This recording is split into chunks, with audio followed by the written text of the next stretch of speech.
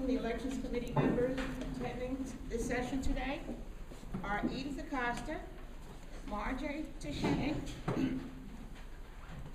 Marsha Duffy, and Rena Gerbich.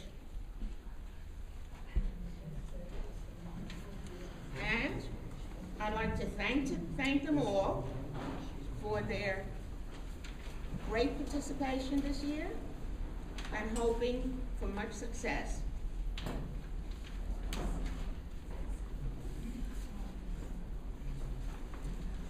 I'd also like to acknowledge Ms. Donna Quiros, who has been a great help to all of us. And also the Morning Signs management staff for their assistance in planning this event. Please note that our candidates for the Elections Committee are seated. Over here, I've already introduced them to you, but introducing the candidates for the Board of Directors, starting on the left are Detta Ahl, James P. Campbell, Chi Chawan, Michael Dinnan, Toba Francis, Madeline Kraft, Stuart Linder, Maitri Singh, and Gabriel Suleiman. We're missing one person, and that would be Dan Lowenstein. Ground rules for today's events. Please turn off all cell phones and computer devices that generate noise. Distribution of campaign paraphernalia is forbidden. Show respect for all present by not speaking when someone else is speaking or has the floor. Do not shout out and allow from the floor. Each candidate for the Board of Directors will present for 3 minutes. Now in alphabetical order. Of course, I've already introduced them, but I'll do it again. Detta Ahl, James P. Campbell, Chi Chawan, Michael Dinnan, Toba Francis, Madeline Kraft, Stuart Linder, Daniel Lowenstein, who is not here now, Maitri Singh, and Gabriel Suleiman. After all presentations are made, we will open the floor to shareholders' questions. Only 1 minute is allowed to ask your question. Candidates will have 2 minutes to answer. A time clock will be utilized for both shareholders and candidates.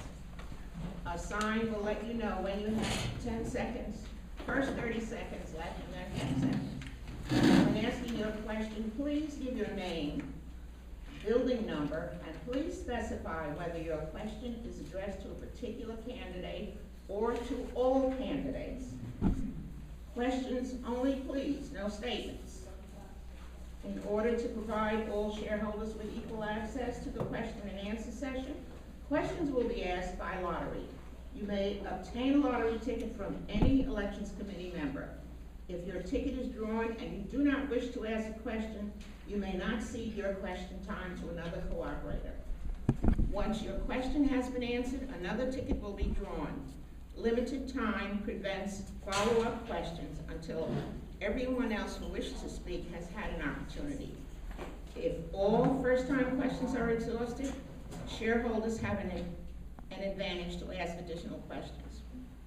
To begin making a statement, I'd like to invite Detta Ahl up to the stage first.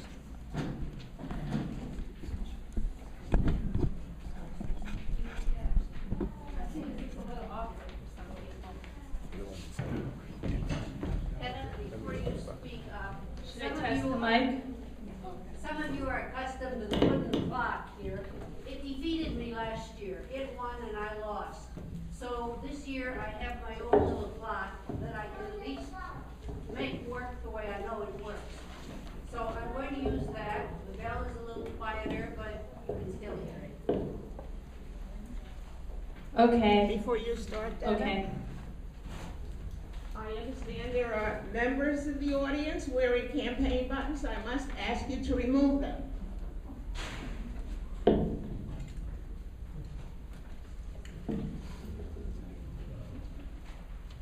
Is the volume right? Is it too loud or too little?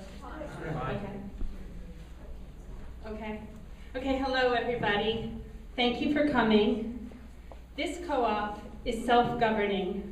For it to function, it needs volunteers like me and these to step forward.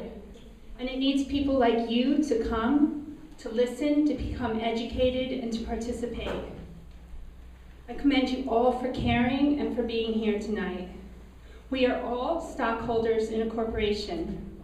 At the same time, this is our home. Since Morningside Gardens is both an investment and a home, it's doubly important to me that this corporation be managed well.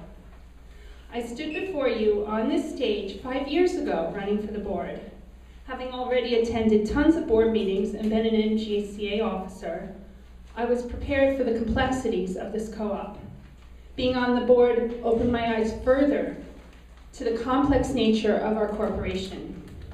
In the 2 years since completing my board term, I've stayed involved. I serve on 4 committees and chair 2 of them. I also attend local law 11 meetings, where our contractors meet to discuss how to coordinate our construction projects, how to move them forward, and how to comply with city regulations. Through all this involvement, I've gained a wealth of knowledge about property management. I now can put that knowledge to work for your benefit. I did some soul searching as to whether I wanted to run again for the board and to make that significant time commitment. From firsthand experience, I know it's a lot of work. I came to the conclusion that I do want to serve for the following reason. This is a very special time for Morningside Gardens. There are wonderful opportunities in front of this co-op. I want to make sure that Morningside Gardens captures each and every one of them. We currently face win-win situations where costs can be lowered and quality of life can be enhanced. I will foster the open and honest discussion that is needed based on facts, without rancor and without personality issues, so that smart decisions can be reached. I'll avoid unwise decisions such as the metal chimney. At the time, I was the only board member to oppose that. We have a chance to add sensors to our heating system that will deliver heat more evenly, thus saving money on fuel and increasing resident comfort. We need to replace our indoor and outdoor lighting and have a chance to do so with more efficient lighting that will also be more attractive. This will save money on electricity and beautify our surroundings. These are 2 examples of the beneficial opportunities we face that just need smart decisions to become realities. I will work to ensure all board decisions are in the best interest of the shareholders of Morningside Gardens. Thank you.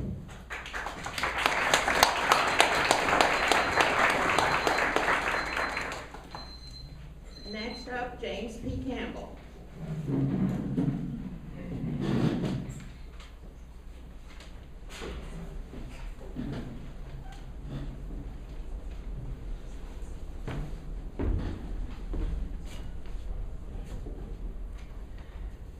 As Barbara just said, my name is James Campbell. Back in October of this year, I was appointed to the board of directors to fill a vacant spot. I really had no idea what I was getting myself into. But now that I do, I would very much like to continue the vital work that I have begun. One of the reasons my family moved here was that we were excited, really, to participate in a community that shared so many of our core values. MHHC is a purposefully multicultural, multi-generational, and broadly inclusive cooperative.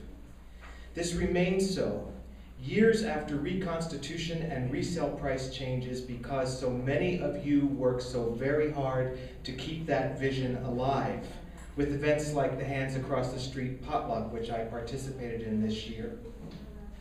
But a new generation of leaders must join you in your work, or we risk losing our distinctiveness. As a board member, I will work diligently on preserving what I believe to be our unique culture. But MHHC is more than just a social vision. We are bricks and mortar and grass and maintenance and mortgages. I'm one of the cooperators who bought in at the very height of the market in 2007. Our apartment is the most significant investment we have. It was hard for us to get here. And I'm conscious of the fact, very conscious, that it is increasingly hard for some people to stay here. So the board must make decisions that protect our investment and never forget the human dimension of our decisions. As a board member, I promise you I will never ever forget my neighbors. But board membership is also about this. The board must lead in creating a less contentious community at the Gardens. As a relatively new resident, I am still dismayed by the level of animosity and distrust that exists in our community. Old rivalries are exceedingly detrimental to the common good. In my professional life as a Protestant minister, I regularly work with people who vehemently disagree with one another, yet it is my job to build bridges and make ways between disparate groups of people for the good of the whole. I will work across boundaries with people whose opinions I do not always share. And you have my word that I will always, always vote my own conscience. So, good luck to all my fellow candidates. Thank you to the Elections Committee, and thank you all very much for coming.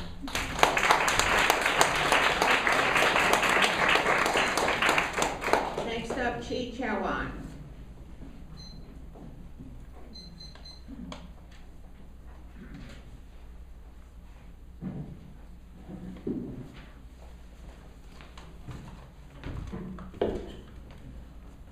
Good evening, everyone. I am Chi Zhang Yuan. Everybody knows me as Chi. So my family and I have lived in Morningside since 1995. I was on the board for 4 terms, 12 years, and then was the treasurer for 9 years. I was currently serve on 3 committees: Finance, Security, and Tenant Selection Committee. Here are some of my accomplishments during the years I was treasurer, achieved with the support of the majority of board members. First one is minimize maintenance increases.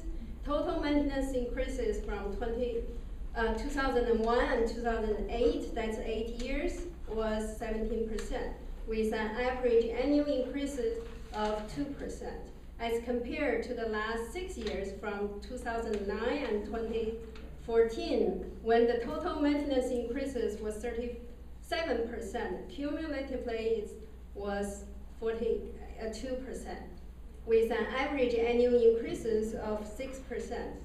I was not treasurer when the board approved 15.14% maintenance increase for 2011. And then I vote against it.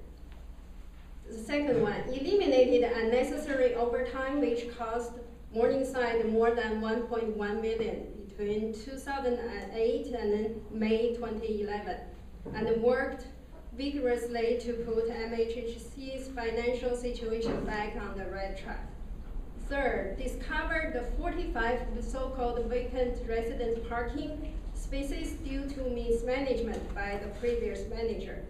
In short, those spaces were rented to shareholders, increasing the parking income by about $70,000 a year, and significantly reducing the residence parking waiting list.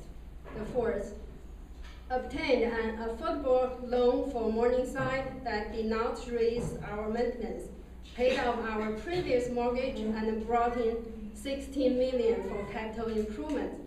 I understand that the board faces various challenges at different times. In dealing with any challenge, it is crucial that the board works as a team, and every director should show respect not only to each other, but to shareholders and employees.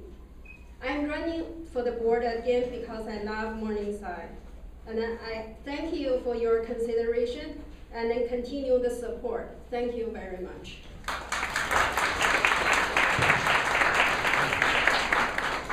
Next up, Michael Dimon.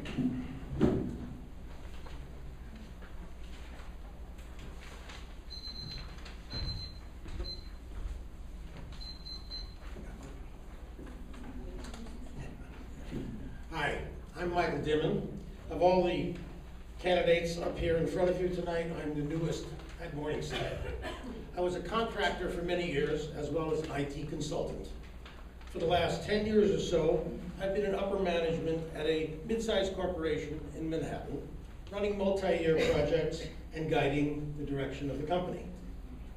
I'm slowly phasing out of my employment there, but I'll go on as an advisor and consultant. For most of my life, I've taken a reality-based approach to budgets and estimates. There's low cost and there's cost-effective management. I know the difference. I also know how to negotiate and I know how to conciliate. I can accomplish my goals and I can listen to other ideas and flexibly integrate them when they're valid. I'll be bringing my experience and my wide open eyes to the office of members of the board of directors. For the last couple of years, I've gotten some insight as to how Morningside is run via my activities on several committees: systems and structures, bylaws, long-range planning, and finance. I've spoken with many board members as well as my fellow shareholders, and I've gained a good understanding of the dynamics of MHHC. As I've been campaigning, I've been listening to your comments about a fair number of issues, from the noise of the leaf blowers to the noise of dissension. I'm running with a slate of candidates I truly respect, but I can see utility in the ideas presented by the other camp. Now camps are a lot of fun for a few weeks in the summer, but I'm not sure they're really the best way to run a relatively small democracy. I think they result in less nuanced positions, with more of a focus on sound bites, on gotchas, and less on thoughtful conversation. We need more independent thought. Lately, we've seen initiatives come to the board and committees in which the presenter was unsure what the issue really was. Clearly, these motions were being offered at the behest and direction of someone else. We're all volunteers, putting in huge amounts of time and energy for the betterment of the community, but political machinations like these are sure to turn people off who would otherwise contribute. Lastly, we need to realize that this community and all it contains is ours to enjoy and cherish, but ours to maintain. Some at Morningside believe that they will fix it, that they will take care of it in the end, but folks, they is us. We have to pay our taxes, pay for our gas and electricity, and pay to maintain our nearly 60-year-old property. This can be done efficiently and cost-effectively, but it has to be done. If we manage realistically and intelligently, this can continue to be a haven for generations to come. Thank you.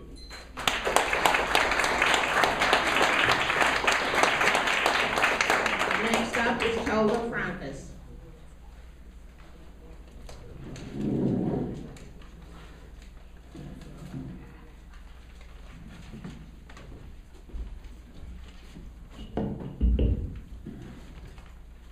Good evening, everybody, and welcome to this first Meet the Candidate meeting.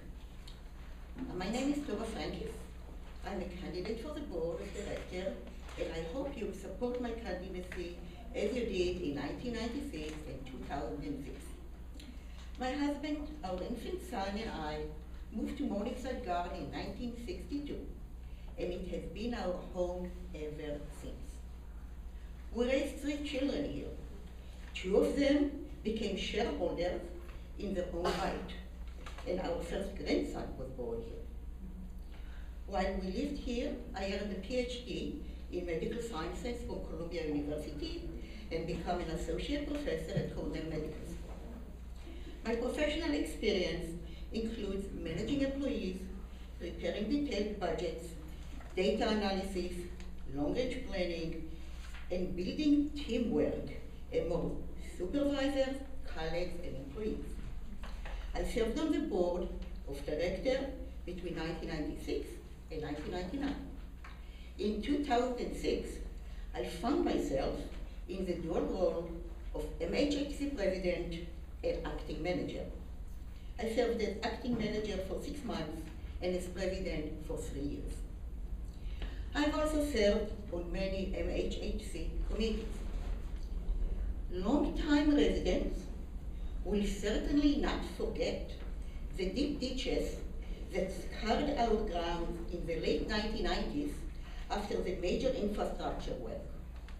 I chaired the grounds committee at the time, and we worked tirelessly to restore the grounds on a very, very limited budget. My most challenging role was chairing the ad hoc committee on resale prices. It involved extensive evaluation of MHHC financial needs for restoring a 50-year-old complex. The ability of shareholders to raise the needed funds versus generating the money through flip tax, and consideration of the community's tradition of being a home to middle-class, middle-income families.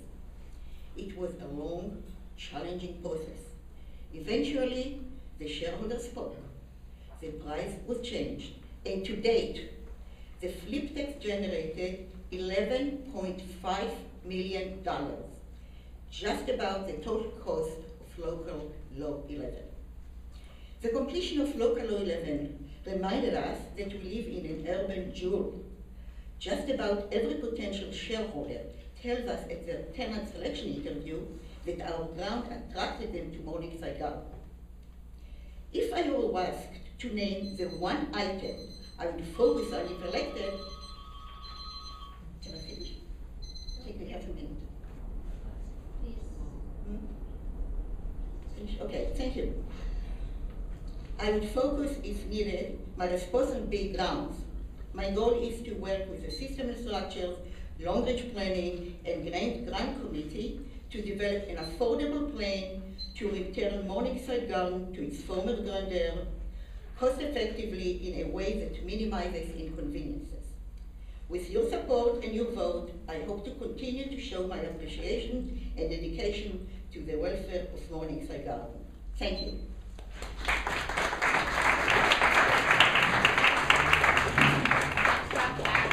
Brad.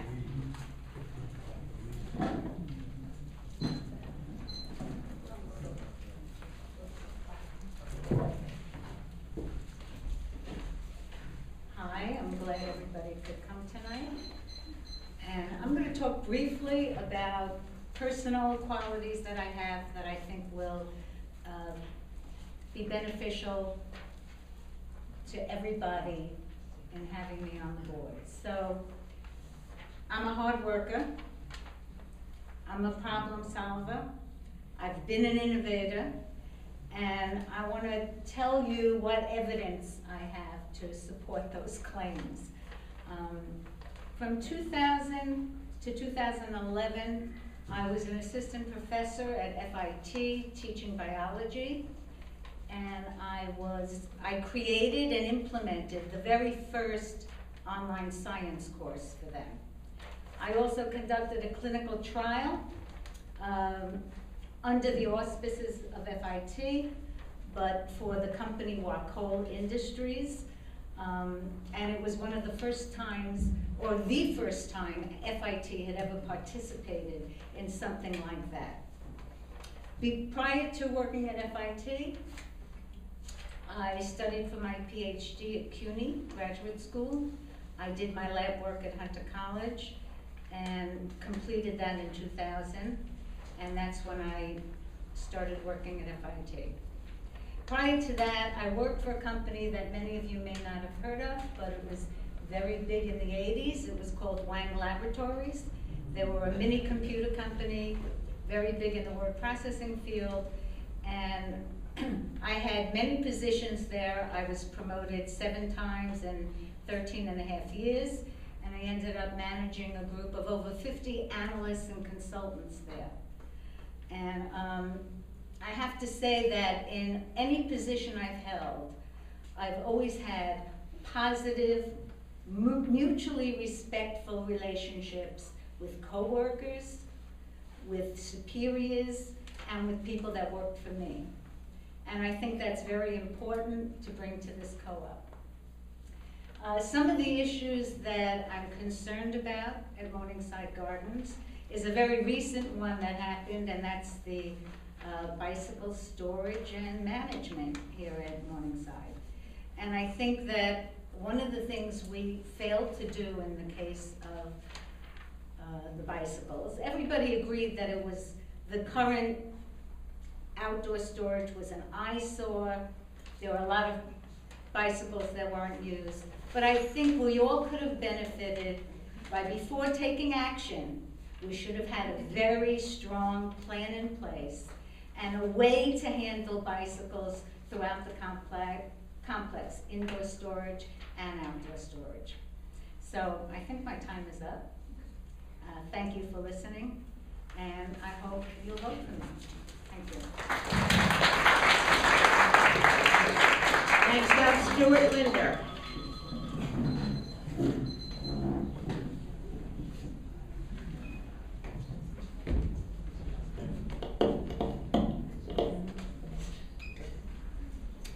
Good evening. My name is Stuart Linder, and I'm a candidate for the Board of Directors. First, I'd like to thank everyone for taking the time and showing the interest to attend this session here. And I also want to thank the Elections Committee for their hard work in moving this process forward. My wife, my son, and I moved here in June of 1996. And I guess I got the volunteer bug right away. I decided to run for the board, was elected as soon as I was eligible to do that, served my term. I also have served on several board committees over the years, and I've also been a delegate to the MGCA. At present time, I am on the tenant selection committee, and it's a very interesting experience because part of the process for the tenant selection committee involves interviewing prospective shareholders. And the very first question we asked is always, why do you want to live here? Simple question, but sort of daunting at the same time. And the feedback I get really falls into a couple of different categories. People talk about the aesthetics here, that you can be in Manhattan and surrounded by greenery. They talk about the different amenities that we have. People suddenly know that they're the Morningside Players. They went to a production. They know of clubs that cater to every possible interest. They know about some of our supports. They know of the office, the Department of Public Safety. They know of MRHS. They know that we have a learning center, a lot of young families. And when I think of those three elements, the aesthetics, the support systems, and everything that all of these elements represent, and if you add our infrastructure, and if you add our sense of volunteerism, all of these combined really add up to, in my opinion, our quality of life. And they are woven, and they are not standalone or discrete items, because how one functions and succeeds will impact another one. I think that our quality of life also has to be managed by sound financial stewardship, no pun intended. And this stewardship really has to pay attention to all of the elements together. And sometimes there's a more pressing need for one than the other. Local Law 11 sort of cast a big shadow for several years. It may be another item down the road. I don't have a crystal ball. I hope you vote for me, and thank you very much.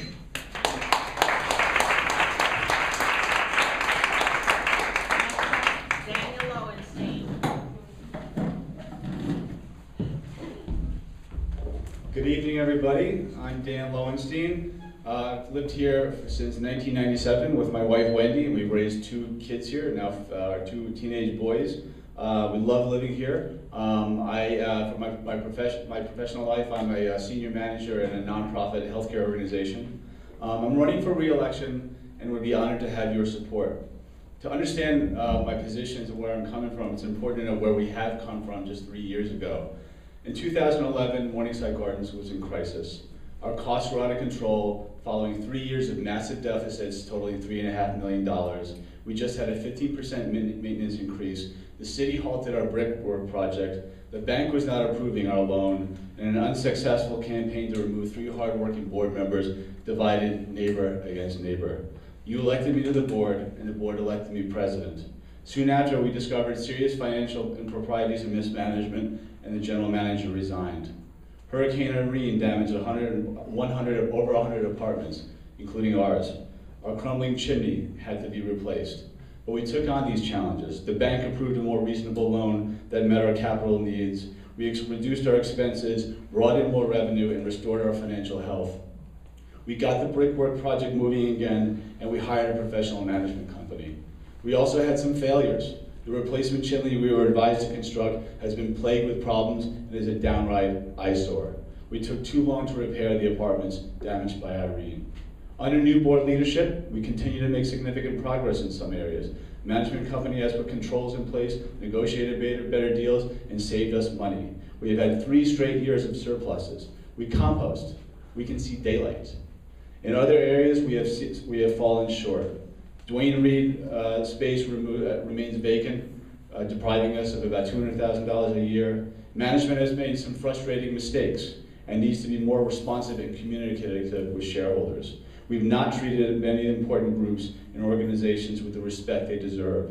We're not managing our employees so they feel valued. And we have not set a tone for civil discourse on the board or with shareholders. And no one is perfect, but I believe being an effective board member means learning from your successes and your failures, and keeping an open mind to new ideas and solutions that will preserve our community, improve our quality of life, and protect our investment. We may not agree on every issue, but I assure you that I will approach my duties thoughtfully, hold management and the board accountable, and safeguard your interests as shareholders and residents. Thank you.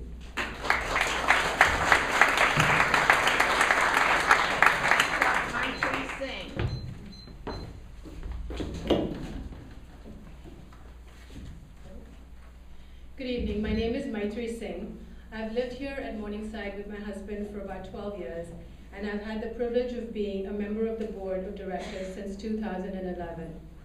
I hope I have represented you well, and I'm asking you again for your support for the next 3 years. Most of us want the same things at Morningside Gardens. We want a thriving community, safe and welcoming for our children, seniors, and everyone in between.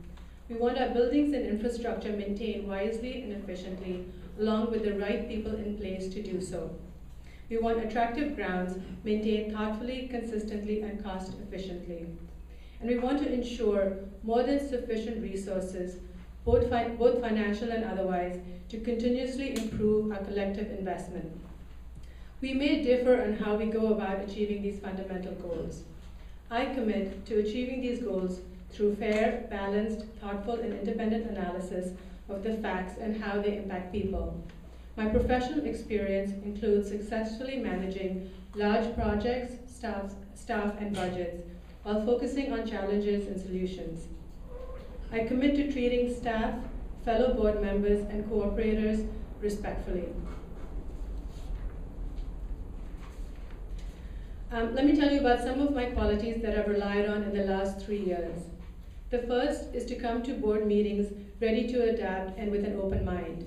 We have 11 members on the board because often we lacked sufficient information as individuals to have the complete information. So often, with a discussion with 11 other colleagues, we come up with the best possible solutions. The second is to have a thick skin and to be able to disagree respectfully. Third is to take a stand, have an opinion, and not be afraid to say it, even if you know that you will be voted down. And I've had a few of those. You also have to trust that if you believe in something or someone strongly enough, you have to stand up for them. And often this means speaking for those who are receiving unfair treatment. The fourth is to have a sense of humor, because that's all you have at hour 5. And then finally, to make a contribution towards making this a better society and community for us all. What we have here is precious, and we cannot afford to take it for granted or to squander it away. I try to make a contribution both in my work and here in the community. What I'm referring to is a need to preserve an environment that is kind, fair, and honest. I've given you a lot of those examples in the literature that I've distributed. Being a board member has not been easy. I understand that it is a grave responsibility. I ask you that you entrust me with that responsibility one more time. Next up, Dave Suleiman. Hi everybody, Gabe Suleiman. A little bit about myself. I moved into Morningside Gardens to a studio at the suggestion of my dad 11 years ago when I was 24 years old. I was the only one I knew who had committed my financial future so early, and few of my peers understood why. Now at 35, expecting my second child, MHHC is more than a home to me, but a place where I expect to raise my two children. And I apologize to she, I think that was my daughter who was disruptive. First disruptive member of the group. A lot has changed in the last decade. Community has become rarer and exists more and more online. However, when I return to the gardens, I always feel in good company. There is a common sense of values, and interaction happens in the old sense, real time and in person. Last year I ran for the board and lost. It was a great experience. I met so many people that I never would have otherwise met. This year I'm running for the board again. I feel it is necessary because I have experience to lend. I have an MBA, served on the finance committee since 2011, and recently left the Guggenheim Museum as retail business analyst. I also want to run because I see changes to the community that require mediation. We have seen tremendous prosperity in the city around us, and many of us have prospered in our resale values. But we also see a threat to those individuals that make up the fabric of our community through higher prices and maintenance.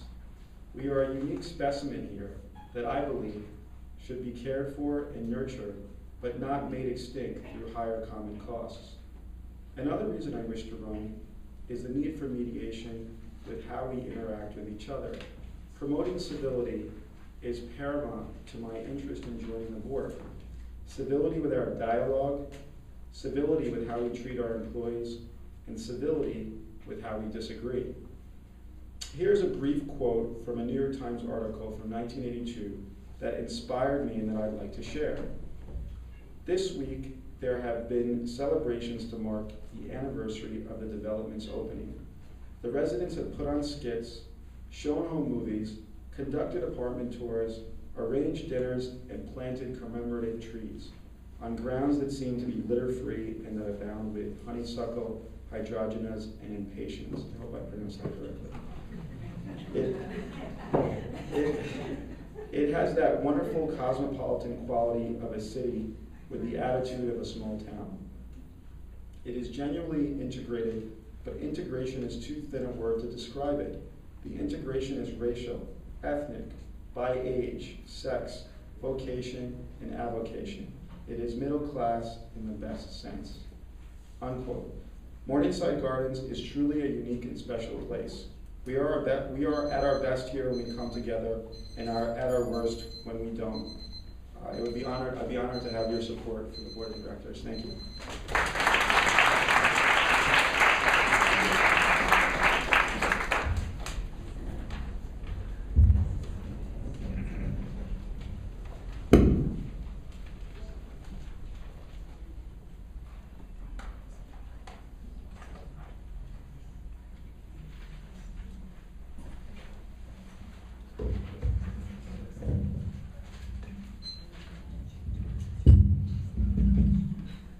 I will now open the floor to questions. 1 minute is allowed to ask your question, and candidates have 2 minutes to answer. A time clock will be utilized for both shareholders and candidates. A sign will let you know when you have 30 seconds left and then 10 seconds. When asking your question, please give your name, building number also. And please specify whether your question is addressed to a particular candidate or to all candidates. The first number up is number 139. It's the last 3 numbers on your ticket.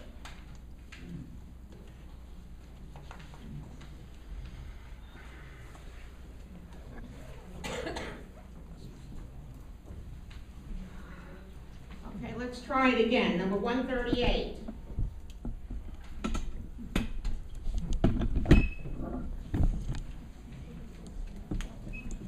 How about 141?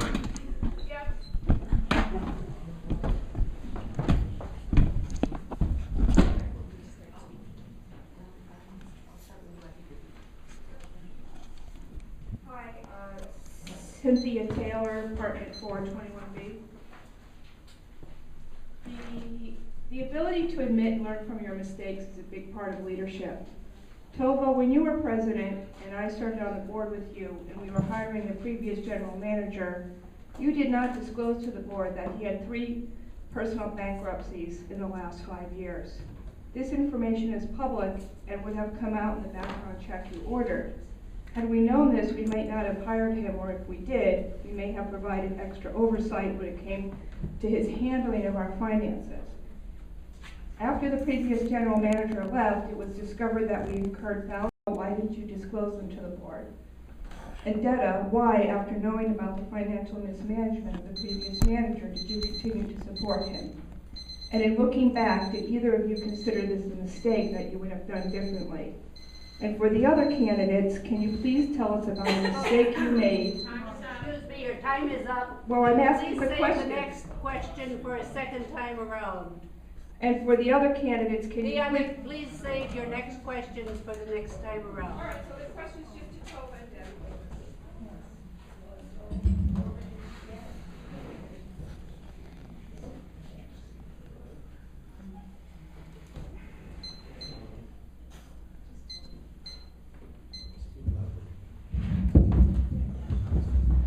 Thank you for asking this question.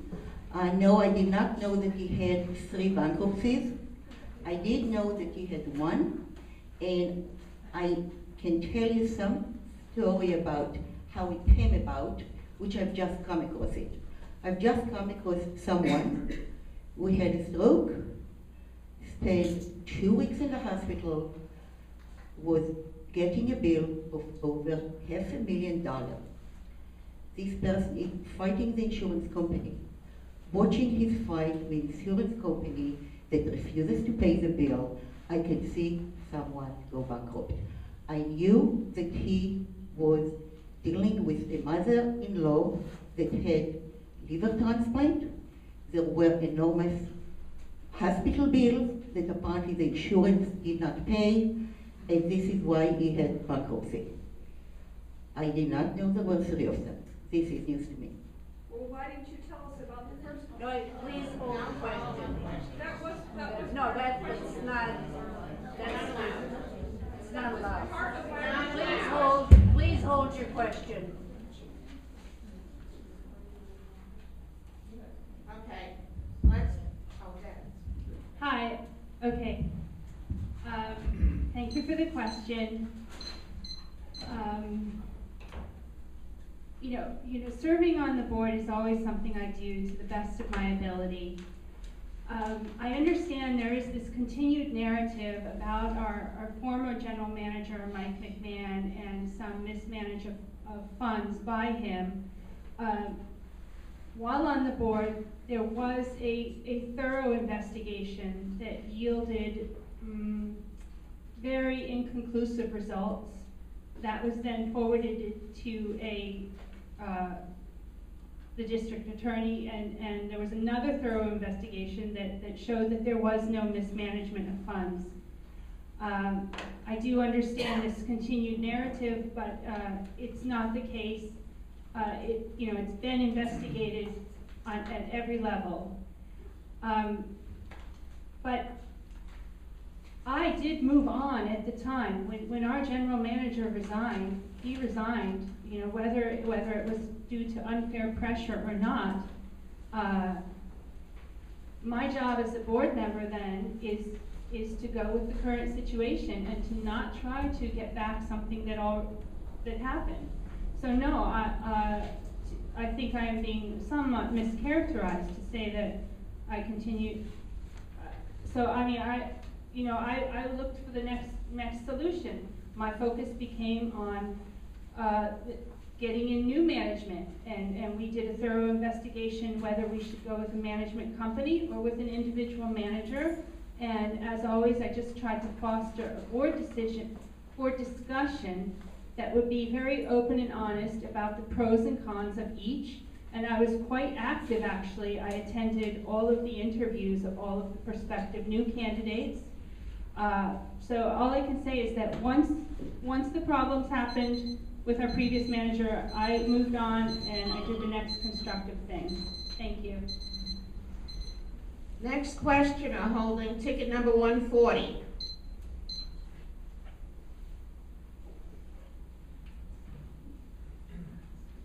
Okay. Ticket number 137. That's me.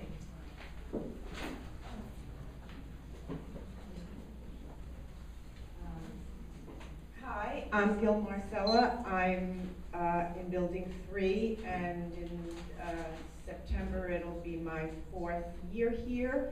So I have seen a lot of things that have happened negatively, but just the scaffolding down, I bought when the scaffolding was up. This is like, I'm happy every day. It is a service position that you all take. I am grateful. I agree with some of the current board. I agree with some of the former board. But Dan, since you brought up, and you're running again, and you brought up the chimney problem, I'm grateful that we at least had heat from it. But it is an eyesore, not just the metallic look of it, but now it's sort of like shrouded in ripping whatever, and what is going to happen? I mean, it's like, yes, but what's going to happen here? Thank you. Thank you. So how this, if people recall, in 2011, we were in an urgent situation. We had to get this chimney up before the heating season started, and we were advised that basically we had to put up a metal chimney. That was come 2012. That was going to be the law. That's what the city would require. So we were hamstrung by that.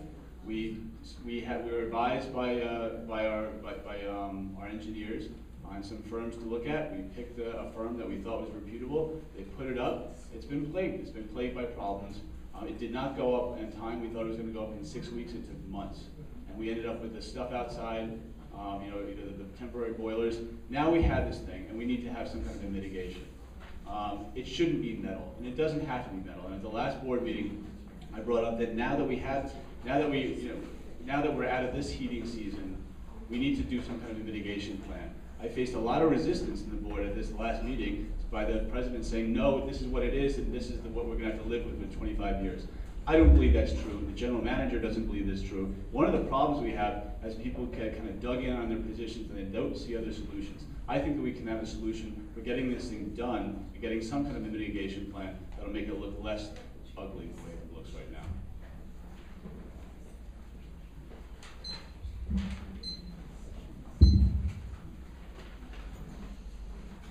Ticket number 117.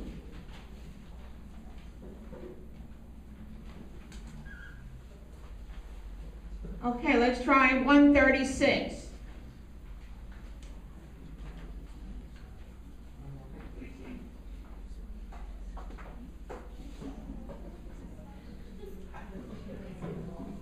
Ticket number 135.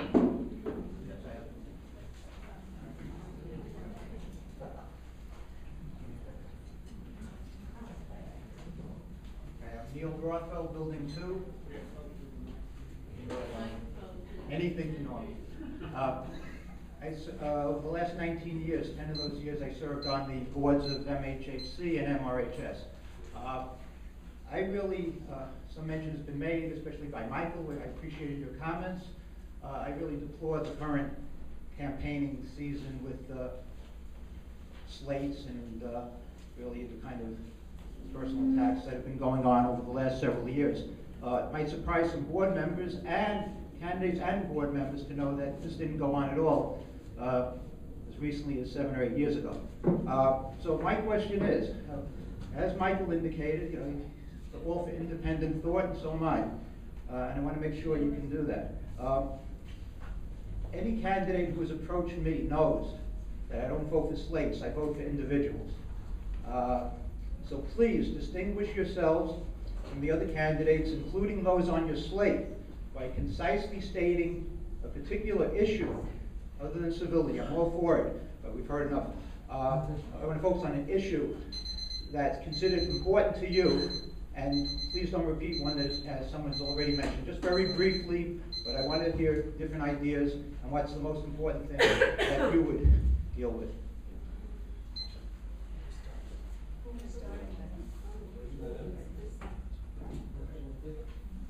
Okay, thank you for the question. So what I'm focused on right now is taking advantages of these opportunities in front of us that serve a dual purpose. They both will help to lower our maintenance and improve our quality of life. We have these opportunities to add efficiencies here, to add efficiencies to our heating system, to add efficiencies to our indoor lighting, our outdoor lighting, and these are all what I see as win-win situations where we're going to be lowering maintenance, either through lower fuel costs or lower electricity costs. At the same time, we're going to be beautifying our surroundings or increasing shareholder comfort. So these are things that I want to make sure that we have good board decisions, smart decisions, where we can take advantage of these opportunities that are in front of us, because right now we took down half of our lighting for the Local Law 11 project outdoors. It's not worth putting it back up. It's old style, it's unattractive, it's costly to maintain, it's expensive. We need to make the smart decision to do something better, and it's just we're poised at a very good time to do these win-win projects, and I would stay very focused on those. Thank you.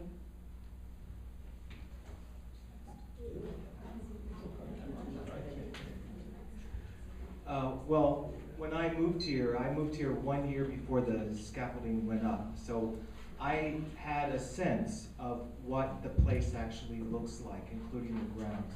So one of my big passions is the restoration of the grounds and being able to fund that sufficiently while also being wise about how we spend the money. I think the grounds committee, I'm going to give them a shout out. I think with the money that they had, which was actually cut a great deal because we just didn't have to give to them, they did an astounding job last year. And I'm very focused on the renovation of the grounds and also trying new things like happened between building number 1 and the garage. I think it was genius.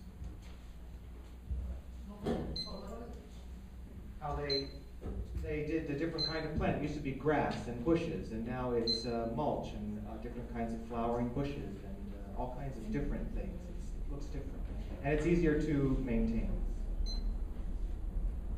Okay, since you mentioned that each one of us should have an idea unique, not the same as others. I'm pretty lucky I'm the third one. So okay, for me, the most important thing we have taught for so many years is the communication, the board communication with the shareholders.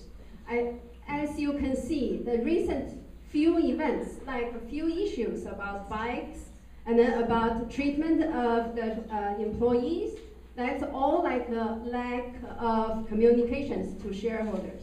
If I were elected, I would like to have the board have a system, like the board meets every month, but I like to push for, we have a town hall meeting every 3 months, like a quarter. So the shareholders have a chance to express their concerns, their ideas. Right now, I think the only time we can hear shareholders except the special town hall meetings discuss special issues, and then all the shareholders will talk about at the annual meeting. But if you wait for a whole year, some issues are too late. So if we do a town hall meeting every quarter, every 3 months, shareholders who have time, they can come to the meeting to express their concerns, and then it's better for the board and the management to make improvement. I think that's very important. And it's stolen a bit of my thunder with the interior lighting and exterior lighting project. We have projects coming up in the laundry rooms and the basements of the buildings. And in addition, in systems and structures, we've been discussing other ways to get into the building. Powered doors at the rear entrance as well as the front. Locks that open electronically rather than with a key, because we know how quickly those cylinders break down. These are projects that will improve the quality of life. We're not gonna save money doing it, but it'll make it a much nicer place.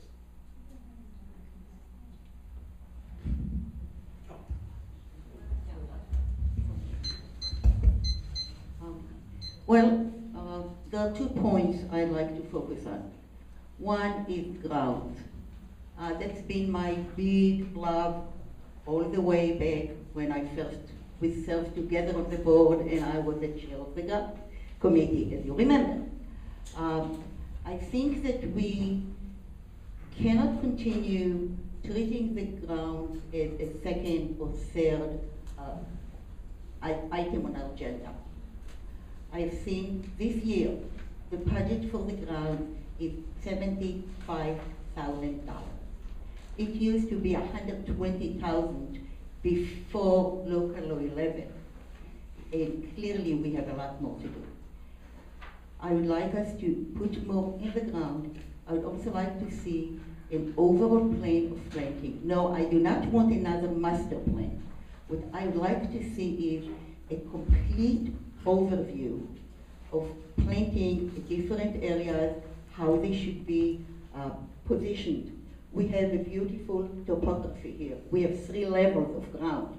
So I'd really like to see someone with a big vision come in and tell us what's the best way to do it.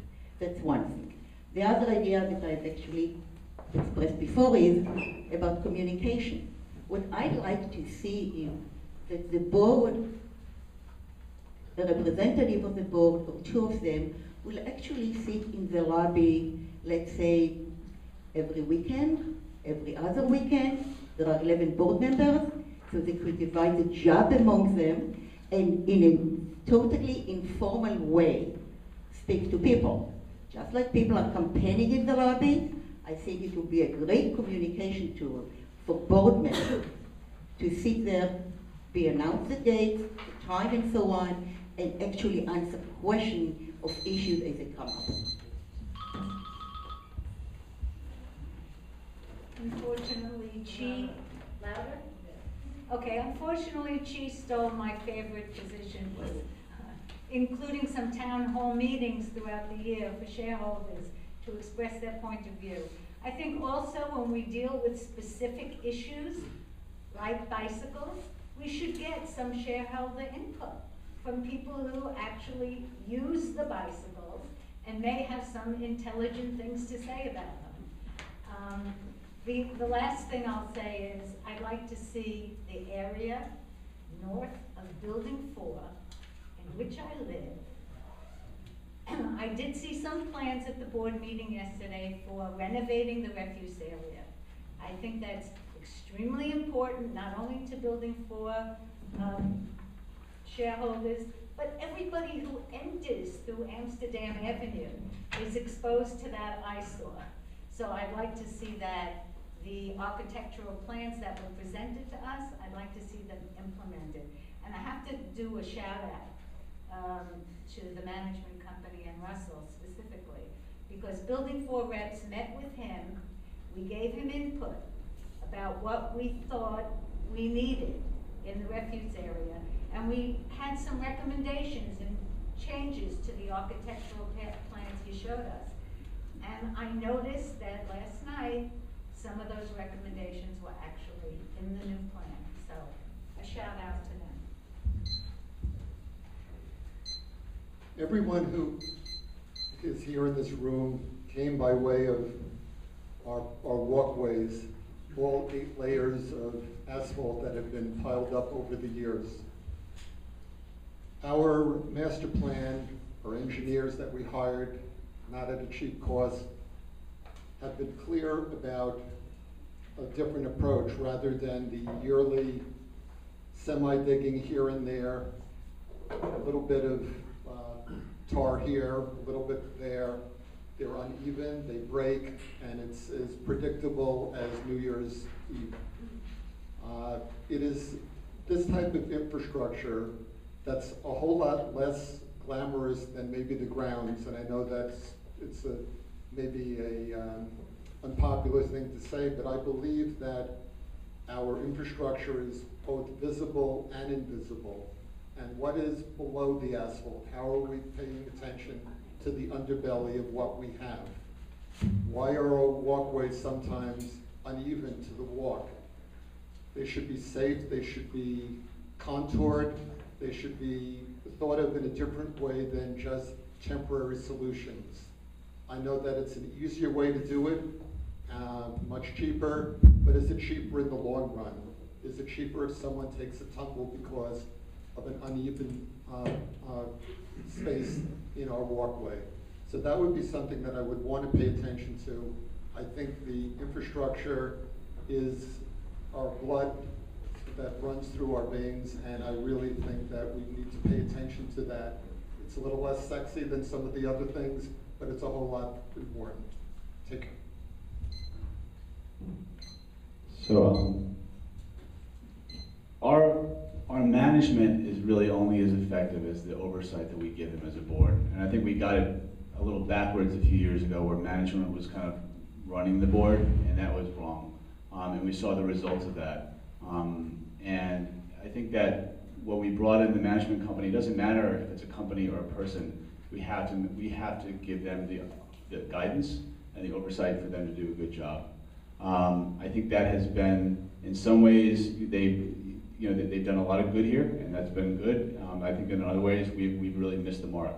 And I think bringing them up to speed, making sure that they are communicating in responsive to residents, making sure that they are, that the notices are clear, making sure that the grounds are clean. That's their job, but it's our job to hold them accountable, which is one of the reasons that I instituted a management report card that the board worked on the last couple of months. I think that has to be something that's really institutionalized here. We need to do regular performance reviews. We need to talk with management about where they're doing well and where they're not doing well, and help them improve and get better. They are, they need that too. They need our feedback. That's how we can have a long-term relationship there and not get into the kind of divides that we had before. Thank you.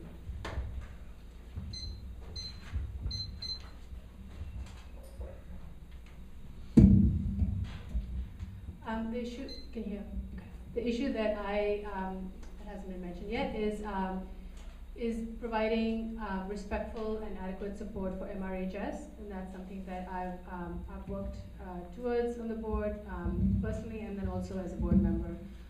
One of the things that has been mentioned to the board through reports given to us by the MRHS is that we have about 60% of our apartments have somebody living in the apartment that's over 60. So I think we have a significant responsibility to provide for and also to adequately support this organization that does tremendous work for our seniors.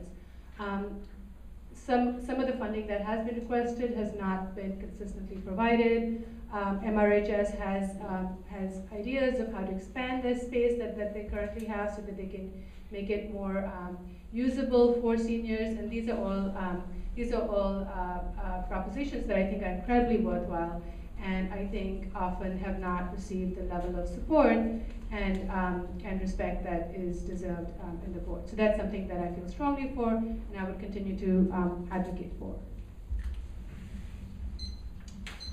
A little confession before I give you my point of focus. When I book an airline ticket, I take hours, maybe even days before I make the purchase. It's just, there's so much information, and I'm always looking for the best deal, which I think many other people may feel that way, but they may not be as obsessive compulsive as I am. In any case, one of the things that I'm fascinated with here is the bidding process for large-scale capital projects. They can sometimes run close to $1 million, and they're necessary, and I think we're in good hands having a professional management company that can present us with the bids. But I'm always interested in knowing more about each bid and knowing if we really can skim a little bit more off and get a better deal. It's just something that comes to me as an obsessed airline ticket purchaser. So I think that's what I would be interested in focusing on, and one of the things I'd like to focus on if I was on the board. Thank you. Thank you, everyone. I hope it was helpful to most people.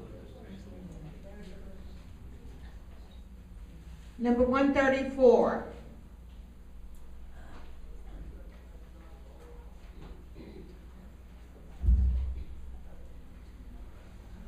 Okay, ticket number 119.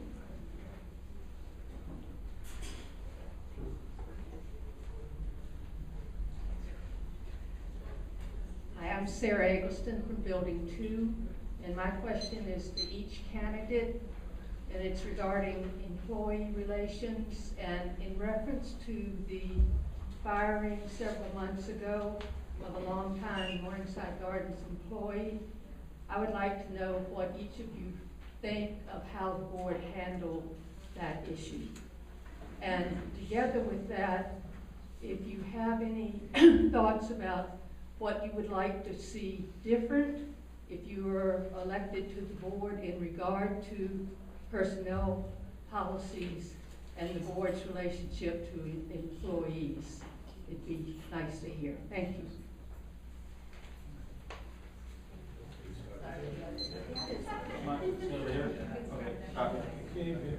Yeah, I mean, I was one of the people that circulated the petition for Bernie. I felt very strongly about him staying here. I can't in my head divide what was public or what I heard that may have not been public. So I don't know what I can say, and I wasn't on the board, so I didn't know what happened there.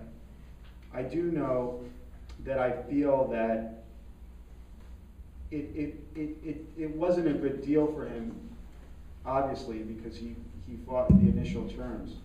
And I feel like somebody who was 3 years from reaching their maximum pension level and had served here, and what I had seen from my perspective in 11 years, had served very well as an employee. I was really disappointed with us. And in my bio, there's a little bit about, us being a model for composting, and how I also feel that we should, because we're watched by the city, by the press, that we should also be models for how we treat our employees, because we're caring people, and we're not just people who care about how we look here. We also care about how we look to the rest of the world, because we want to change it. So yeah, I was disappointed with our role, or at least the board or management's or role in that process.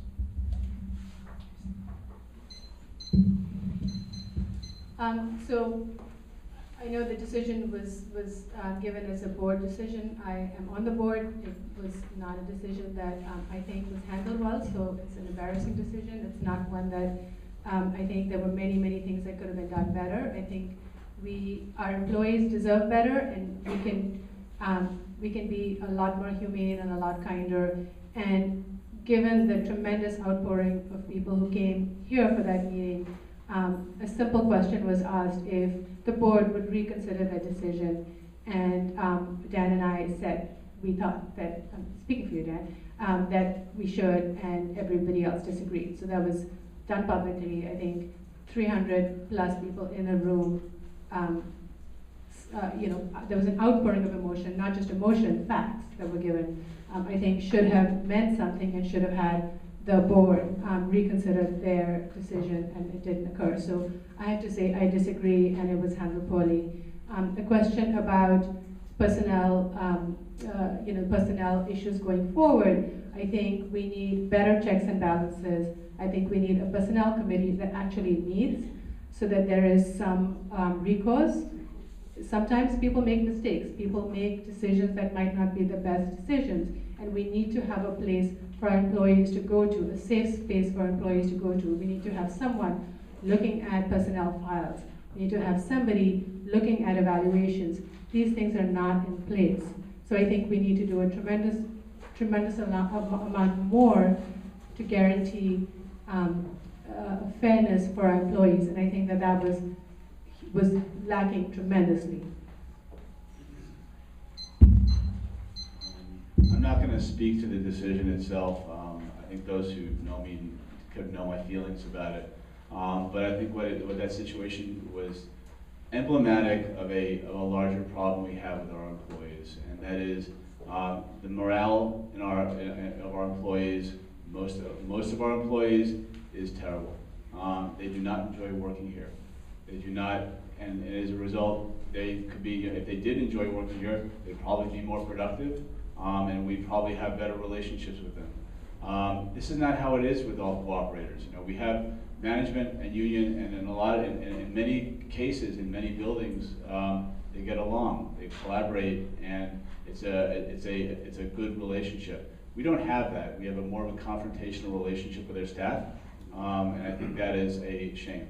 I don't think we invest nearly enough in human resources and personnel management. I think that the idea of board oversight, more board oversight is critical, but I also think we have to have better management oversight, professional, somebody who's working with our folks to ensure that they are that they feel respected and that they can do and that they enjoy coming to work, because this is a great place.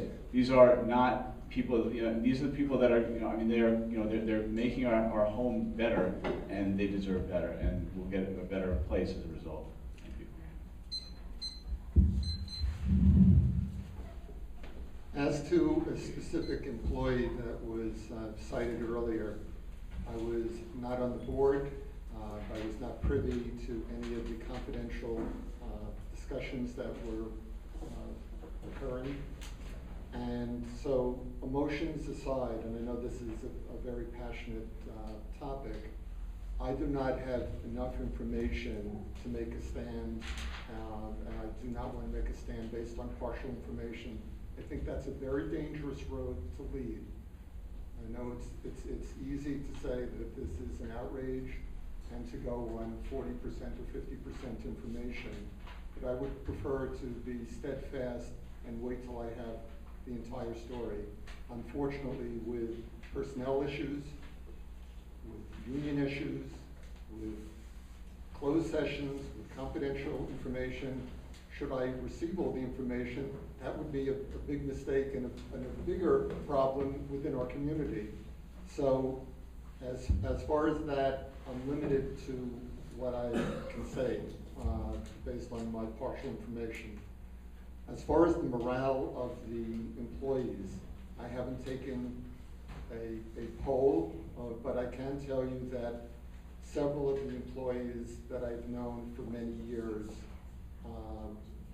still give me the same warm greeting, whether it's 2014 or 2004.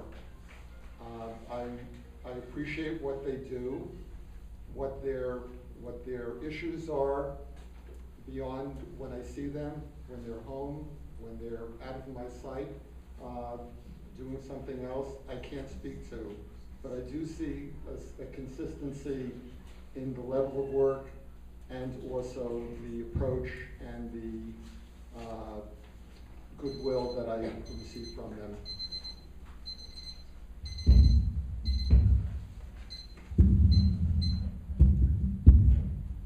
Obviously, none of us, except for the prior board members, have firsthand knowledge of what really took place, and therefore, I don't have a strong opinion. But I do have a strong opinion about the fact that there was an appearance of unfairness.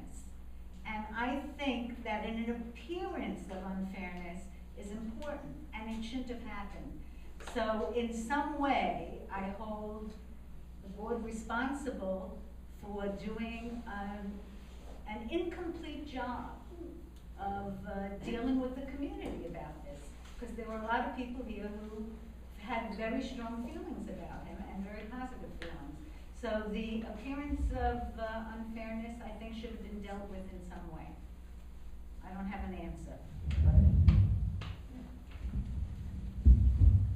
Well, as a former president, I can tell you that we have let people go before, and we'll probably have to let some people go again.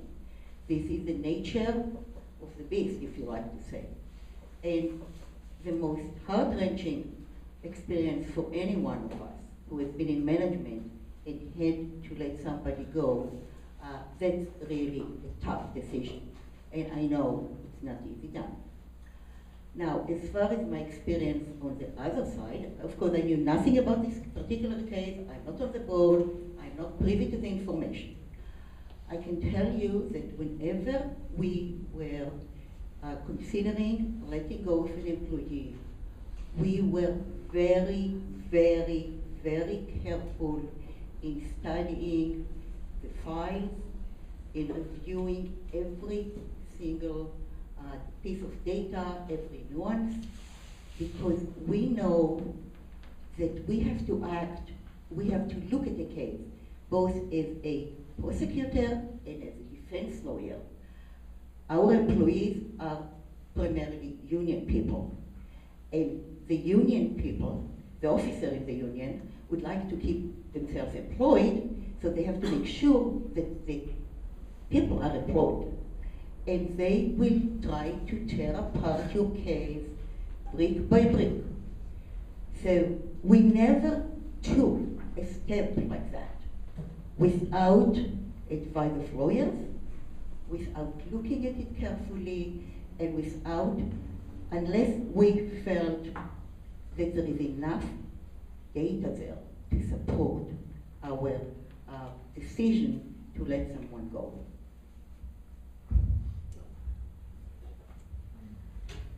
Similarly, I was not a board member during this event.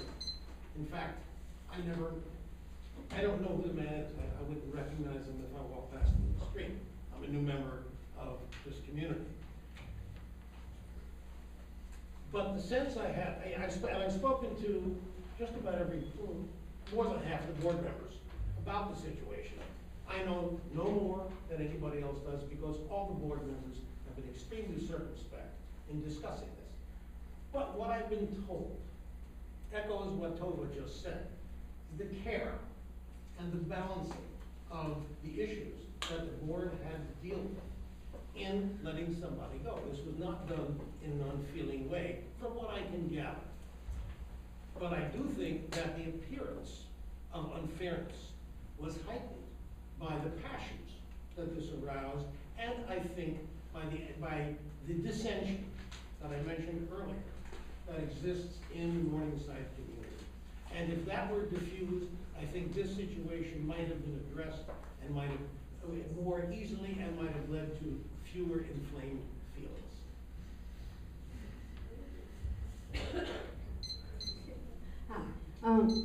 I'm the same thing. I think majority of the candidates here was not on the board when this issue happened.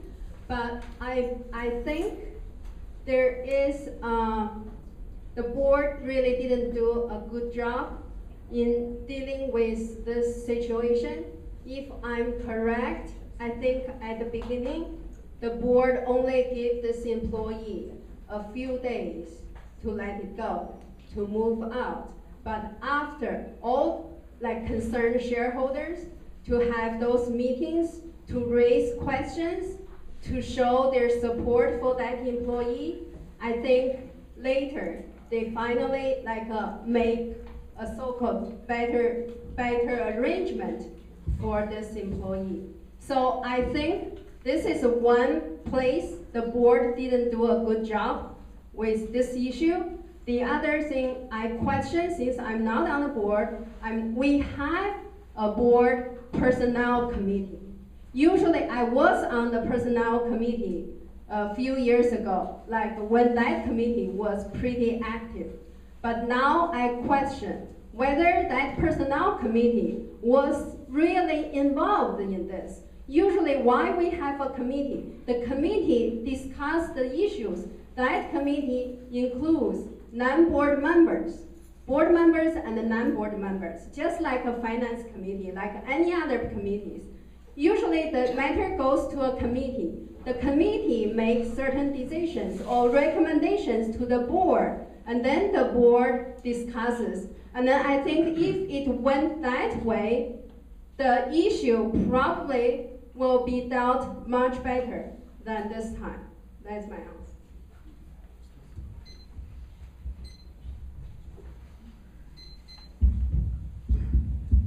Well, I actually was on the board for all of about a week and a half when this came before us. So it was a crash course in several different things. The first one was something that I already knew, which is that personnel issues are private and that counsel instructed us very firmly that we could not discuss them. So one of my first functions as a board member was to come to the town hall meeting here and to listen to the passion. So I appreciate the question because I get the passion. Bernie worked in my house, so I understood the passion coming from the community. I hope the community understands the difficulty when a decision like that is made, when a board really cannot answer these impassioned questions that you have. Even when the answers, there may be answers that might be helpful to you, and we're not allowed at that point to share them. And that's just the truth. I know it's unpleasant, but it's true. Secondly, as much as many of us liked him, employment is not a popularity contest. It's not about who's most popular or who has the most friends on campus. It's about the way a job is done. And the management makes decisions for all sorts of reasons, but popularity is never one of those things. It's always painful when somebody is let go. I had this experience in my congregation where a minister was let go. And people in a church expected that they had the right to know what had happened. And I had the very unpleasant duty to tell them that they did not have the right to know because it was an employee issue and he was protected by certain statutes, employment statutes. Hi, thank you for the question. I also wasn't on the board with this particular termination, but when I was on the board before, there were more than one person that was let go for cause during that term. I was very upset about each. In an ideal world, our employees would be high performing and they wouldn't do any action that would cause them to have to be let go. But as a board member, I have to listen to legal counsel, I have to listen to the general manager, I have to listen to the employee supervisor. When I'm told that certain actions are really jeopardizing and harming the corporation and that it's a liability to keep an employee, as much as it breaks my heart to, I have to do what's right for the corporation. I also feel it's a real balancing act because you shareholders, all of you count. You work hard and you pay your maintenance and you deserve value for that maintenance. You deserve employees who are doing a good job. And you don't deserve employees who aren't. And it is painful. All I can say is I was very upset at the terminations that I did have to be notified of when I was on the board. I wish they could have been reversed. And as others have mentioned, in each case, there was a very thorough investigation. Nothing was done on hearsay. And unfortunately, it's just part of life. And I think communication, as also stated, is important. And the better that these things can be communicated to the shareholders, that will go towards helping shareholders understand. Thank you. And ticket number 120.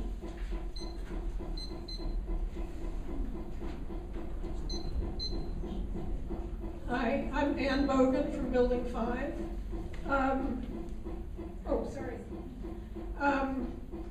For better or worse, this is a divided community, and we have two slates running. In the last week or so, we've had 2 flyers distributed, and there were graphs that looked very similar. And they were from 2 different slates. I would like to ask a few people in particular of the candidates about their take on those flyers. The one coming from their own side and from the other side. I would like to hear from Chi, from Dan, and from Tova. And if any others have comments about it, because there are differences in those flyers. And I think it might be interesting to just hear what you have to say about it.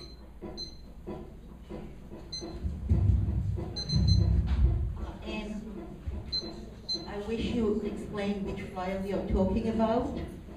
I've been out, I've been away, so I've seen multiple things under my door. I really don't know. There are only 2 flyers that have come out with graphs on them. One came out with the names of you and your fellow candidates. It was one-sided, and it had a graph. It talked about the deficits in the past, surpluses, maintenance, costs, operating costs. The other one came out from the other 5 candidates, Gabe, Maitri, Dan, Chi, and Madeline. And on the reverse side of it was a similar looking graph. I think there are differences between those 2 flyers and the analysis contained in them.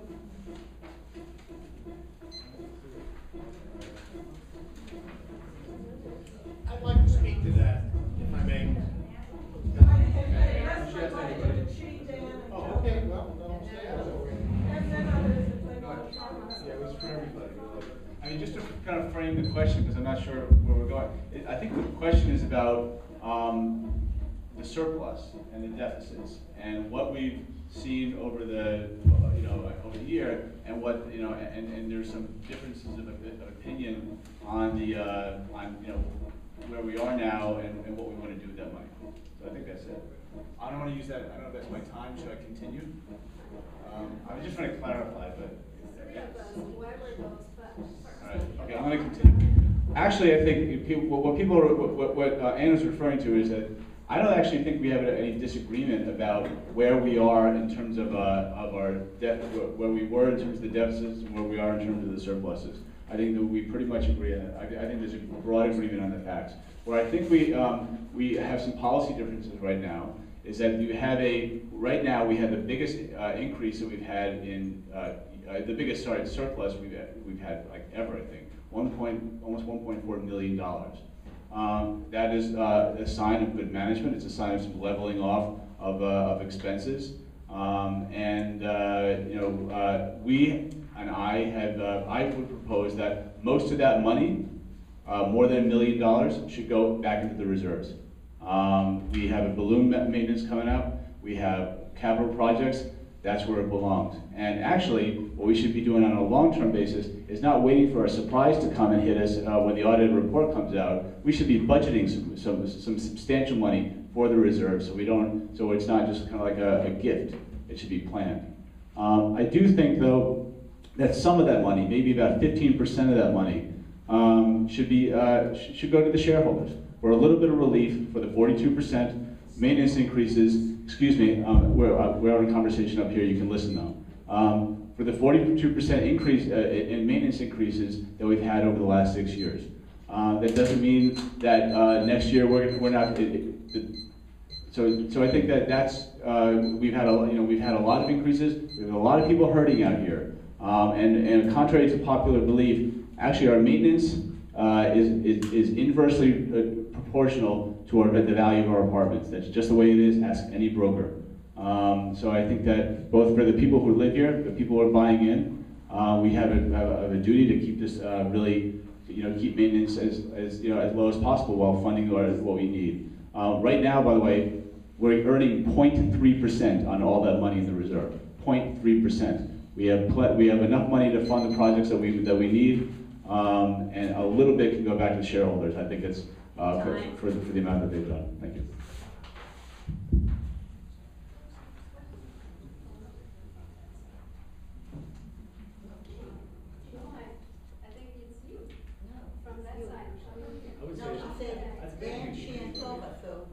And anybody else? That's fine. I can think about it.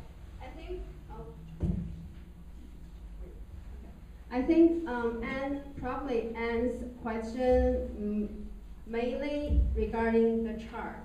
Our chart has the colors. I can read from my mind the chart. The three column is the red color. That's the deficit for the 3 years.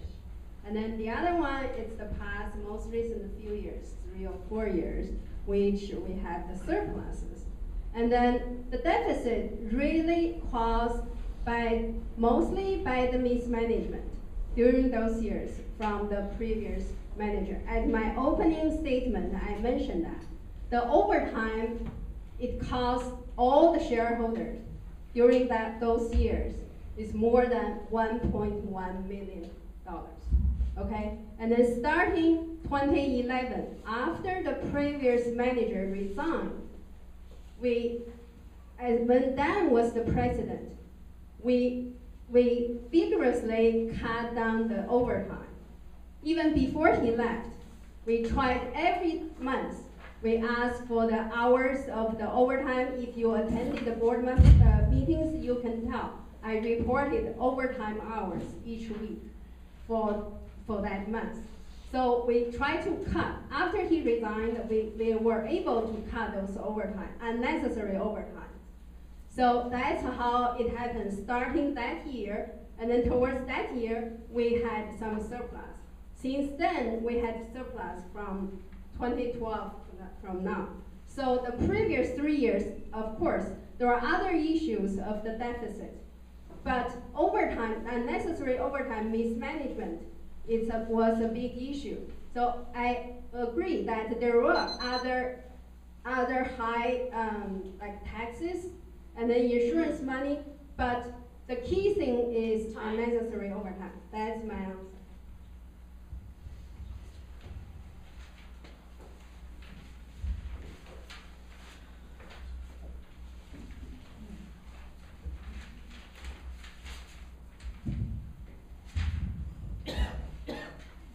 The reality is that for a number of years, we kept maintenance low despite the fact that there was an increase in various parts of what we pay out. Between 2006 and 2013, the real estate tax grew by 238%. It went up from $1.92 million in 2006 to $4.59 million in 2013. The utility increased over the period was by 43%, from 2.43 million to 3.5 million. The payroll increased by 16%, from 3.2 million to 3.78 million. The office administration increased from 198,000 to 359,000. So we had an overall increase of 80%, 83% of what we paid out had huge increases to it. The increase in maintenance did not match it. As a result, we were drawing money from our funded reserve to a tune of $3.6 million.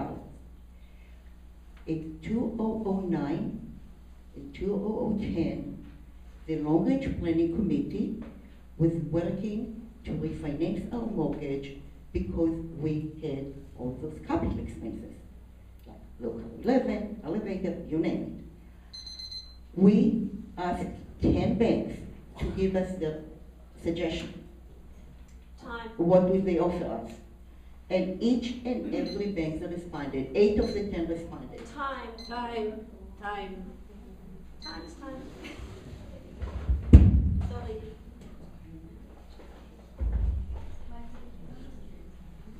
Yes, if it's all right, I'd like to comment. May I? Sure. I was instrumental in creating the graphs that our slate produced.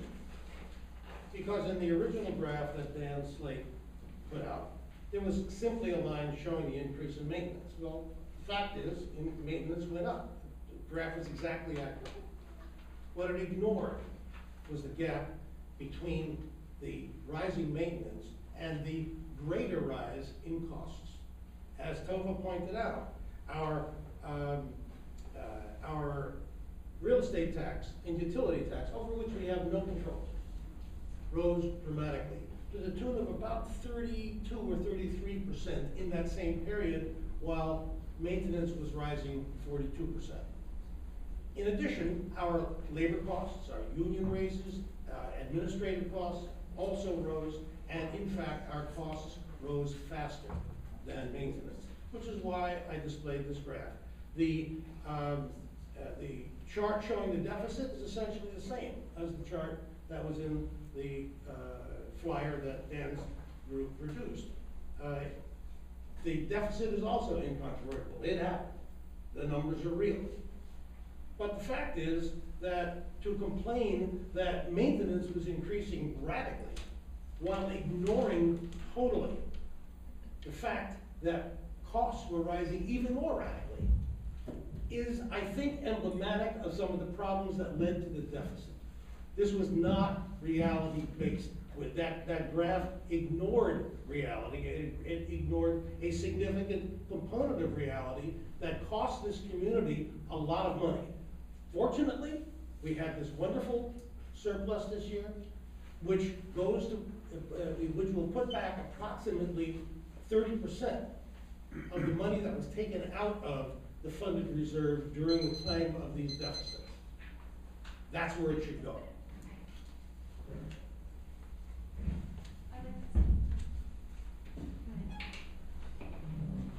Hi, everyone. So I do want to thank Ann Bogan for this question. I'm very impressed. I mean, this means that a shareholder took material that came under her door, read it, really sought to understand it. You know, we're busy New Yorkers, right? Sometimes it's people don't like all that material under their door. And just in speaking to this, you know, we did have a period of 3 years where we under budgeted, and it wasn't mismanagement, but it was just unrealistic under budgeting, and that did let us keep our maintenance increase low, but it was artificial because we were stealing money from our reserve to prop up the operating fund. And then we entered a period of starting to budget realistically, not having deficits anymore, and maintenance increases had to be realistic.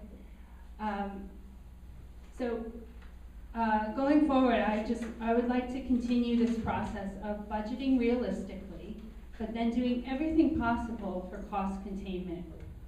We're having effective management, having efficiencies put in place, but we can't go back to under budgeting and just having artificially low maintenance increases that are going to lead to deficits. Thank you. Just quickly, a couple of things. First of all, the maintenance decrease that Dan suggested that was put forth to the board is really about over 2%. So it's really hardly taking us back what we paid 5 years ago. And I think no one's suggesting that that's possible this year, even though I'd like to hope that it's possible one day. The other thing is, I think we need to distinguish between controllable costs, or things that we can influence or that might be temporary, and costs that are out of our control. And it's very true that taxes and water and things in energy have increased in 5 years. And there's no doubt about that. And that somewhere in our maintenance increase is a legitimacy, because those costs really happen, in particular under Bloomberg.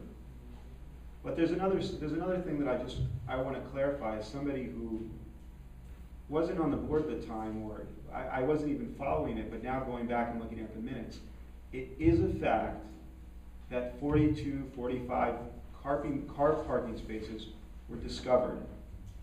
So there were possible maintenance increases that were paying for things that we didn't necessarily need to pay for, because we were missing out on income, and those were real things that happened. overtime was also something that is indisputable that happened. So I think that needs to be factored in when we talk about whether these maintenance increases are something that we should stay, or whether we're just overcharging ourselves now because we're more efficient. So that's all I'd like to say about that.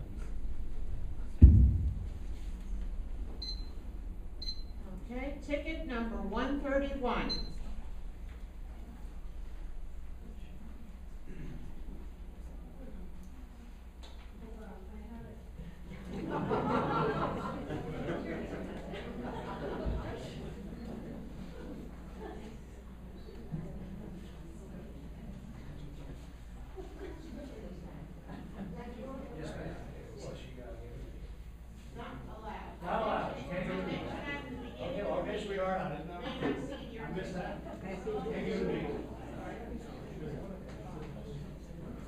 Okay, ticket number 123.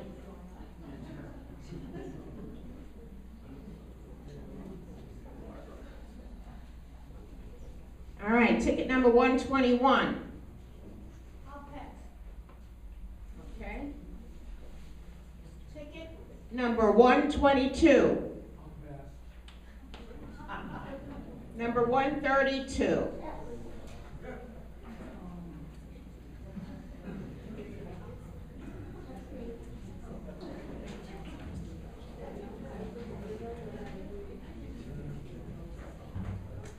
Andrea Brecker, Building 2, and this is for any candidate who would like to answer.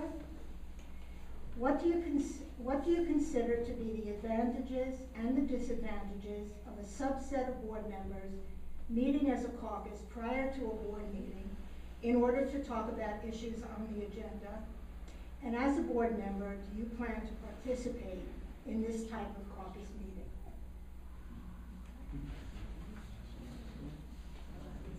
I can start. In the middle of this.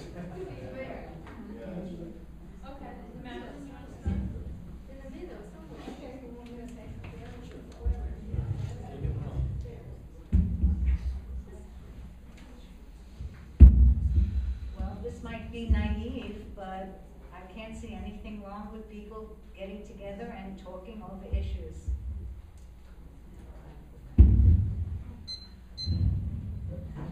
I haven't really thought one way or the other about a policy of meeting or not meeting before a meeting.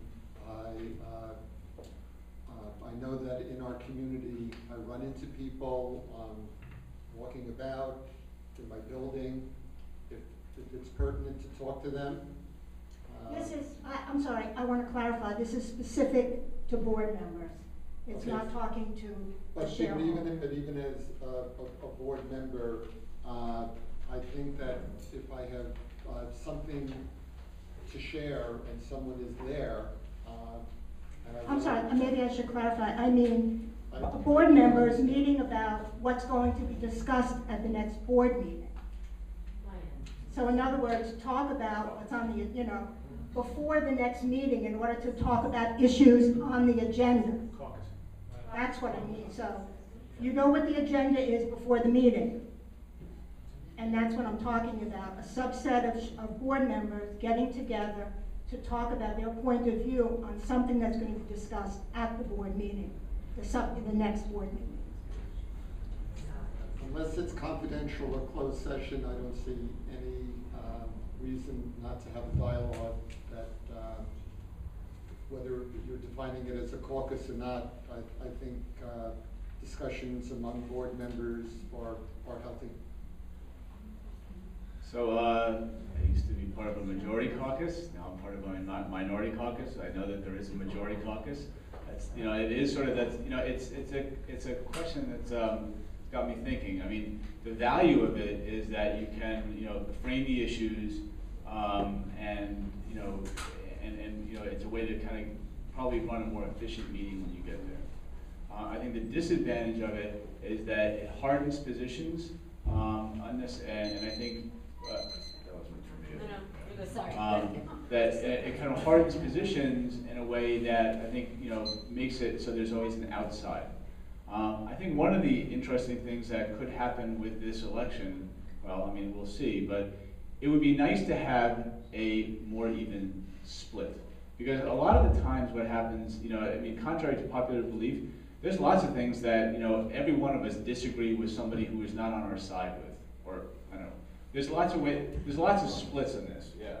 And I think that's a good thing, and that's how we kind of learn as a board where each other are. I agree with people who are, you know, in the majority. I disagree with people that are in, you know, that I'm closer to a lot of the times. And that's, but it's, you know, and I think that if there's a way to do more of a, maybe some, I mean, you're going to meet to discuss, you know, with a group, and I think it's inevitable. But I think that there's a way to do some pre-board discussion of the issues. Maybe get it out on a message, you know, on a closed message board. Here are my concerns. What do you think about this?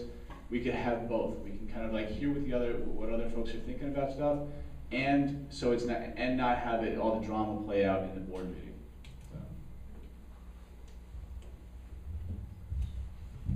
I think this goes back to one of the points that I'd mentioned in my opening statement, which was that that ideally we should come to the board meeting with an opinion, but with an open mind.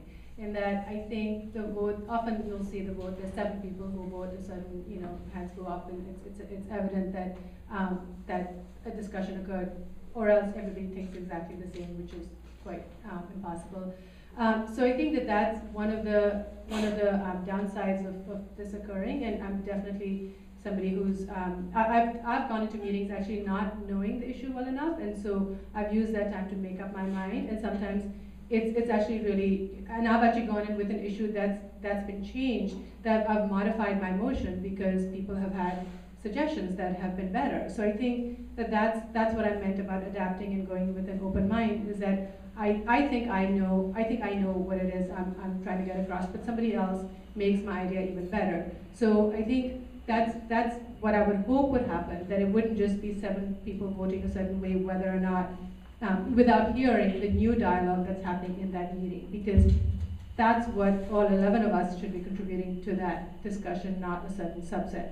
So I know I'm answering it in a roundabout way, but what I'm saying is that we should be open to making changes. We should have opinions that can be perfected with that discussion, with the discussion with our colleagues. And so that's something that I wish that we had independent or kind of, you know, adaptive minds, but sometimes it seems that that's not the case. I definitely think caucusing I agree with and I would partake in, but I can say that definitively and truthfully that I don't see myself caucusing with the people that are on the slate that I'm with. I see myself caucusing in what I believe in, so for that particular issue at that time. So I kind of would be like a chameleon caucuser.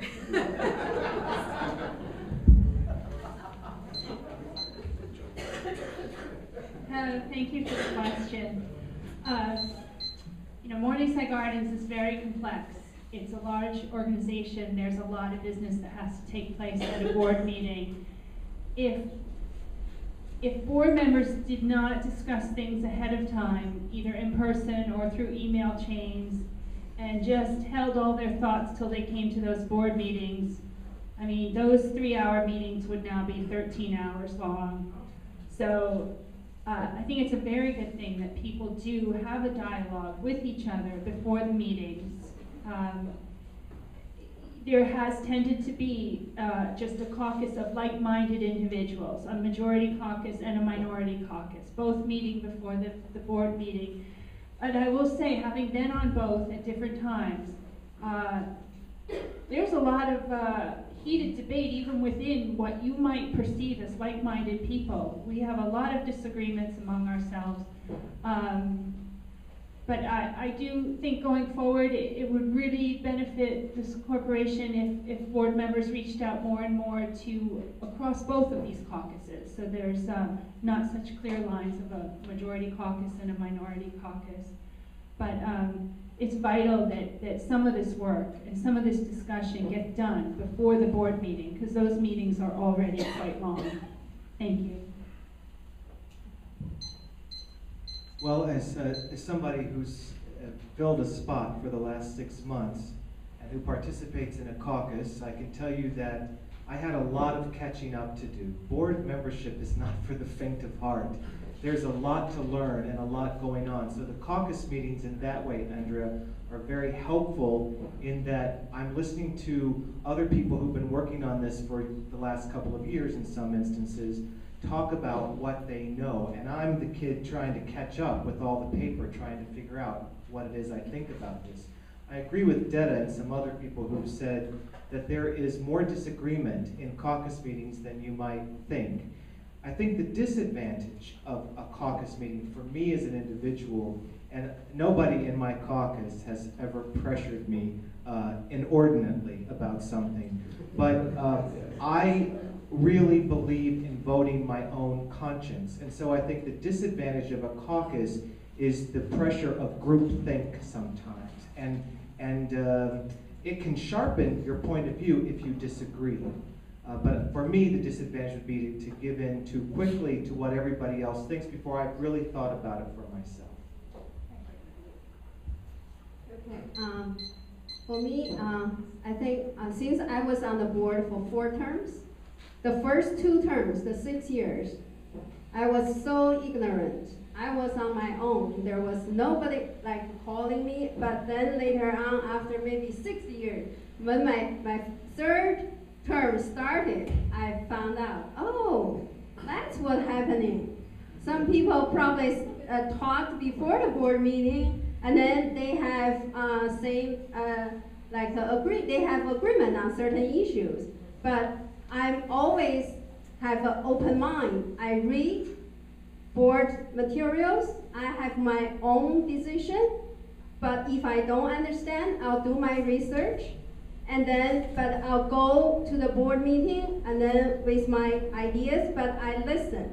I have an open mind. I listen to other people's suggestions and then their argument. And then if their argument is better to mine, then I will agree with them. That's for my first 6 years. And then later on, because of different issues, we start to caucus among different board members. The same thing as like a majority or minority, and then we discuss issues, we agree and not agree. I think even the United States government, like the Congress, right, they do the same thing. They couldn't reach a decision, and then they dismiss the meeting or delay the meeting to vote. And then you read from newspaper, you say, oh, they are going to have certain votes. They're sure this time they pass. Why? Because they caucus and before the meetings. So I don't see that's a bad thing, but for me, the key thing is, which happened to the board one time, I was the victim of that. Certain caucuses try to frame people, try to attack people, that we shouldn't allow. That's my point. I don't think I've got much to add. She pointed out that in Congress, that's exactly how it works. There's a 2-party system. There's a Republican caucus and there's a Democratic caucus. There's also a black caucus. There's also a Hispanic caucus. Get closer to the mic. Closer to the mic? Is that better? Good. There are all sorts of caucuses. However, it kind of goes back to my opening remarks, that it's kind of odd that in a small organization like this, we have 2 parties. I don't see why. And I'd like to try to smooth that out so that we can discuss, we can have differences of opinion. I think that's great. But it should be an open discussion and not segregated into 2 separate groups. Well, when I was on the board, we had no caucuses. So the first time hearing about it now, and thank you, James, for giving me some insight into it. Now, yes, as Mike said, there are caucuses in this government, and it's a standard procedure in the Senate and in the House. Actually, it will be good for board members to exchange opinions, before the board meeting, or the board meeting will go forever. Should everybody get together? Maybe it's a good idea that there will be, even the whole board will have a pre-board board meeting. We have to keep in mind that we have a sunshine open session. And sometimes issues are better galvanized when you can sit together quietly without the glare of the lights and discuss it. There is a better chance of coming to some kind of an acceptable agreement, acceptable ideas that will be agreed upon by everybody. So yeah, board members should talk ahead of time. I think it's a good idea. How it should fall, I really don't know because I've been there. Thank you.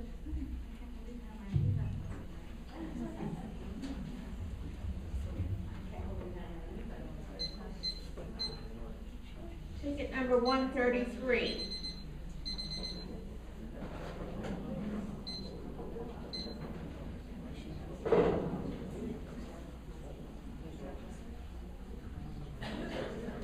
Hi, my name is Liz Horowitz. I live in Building 6, Apartment 11A. I want to try and get at a couple of the issues that people have raised in a slightly different way because I'm not satisfied with the answers that I've heard. I spoke to several people who couldn't be here tonight, and every single one of them said to me that they wanted me, if I got chosen to ask a question, to raise the issue about the culture that's developed at Morningside over the last number of years. I think many people here feel that an antagonism coming from the board that's gotten worse and worse ever since the resale debate, and has gotten to the point where people feel that they are being treated as the enemy by the board. Specific examples, I think, was the Verney issue, and what I want people to speak to is not the issue about Verney per se, because I respect the fact that you can't talk about all the reasons, but the fact that so many cooperators were very upset about this, and there was no respect at all paid to the numbers of people who felt this decision should be revisited. I think the issue of the bikes. Okay.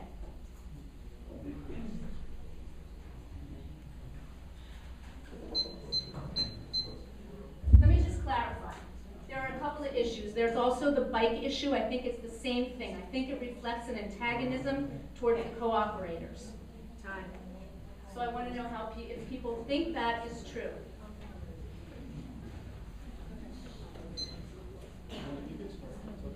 Okay, thank you for your question. I think this just underscores the need always for good communication.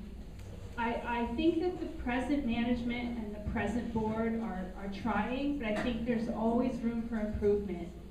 And shareholders want to be heard, and they deserve to be heard. At the same time, the board has to be making decisions that are in the best interest of the corporation. Shareholders might not know all the details that went into those decisions. And sometimes mistakes are made. I understand. I mean, I suffered from that bike fiasco too, because I was actually away at the time, so I didn't even see the notice, and I came back and my bike that I had locked up outside is gone, locks cut. So I sympathize, and I just think we have to keep in mind that everybody here is volunteers. They're doing their utmost.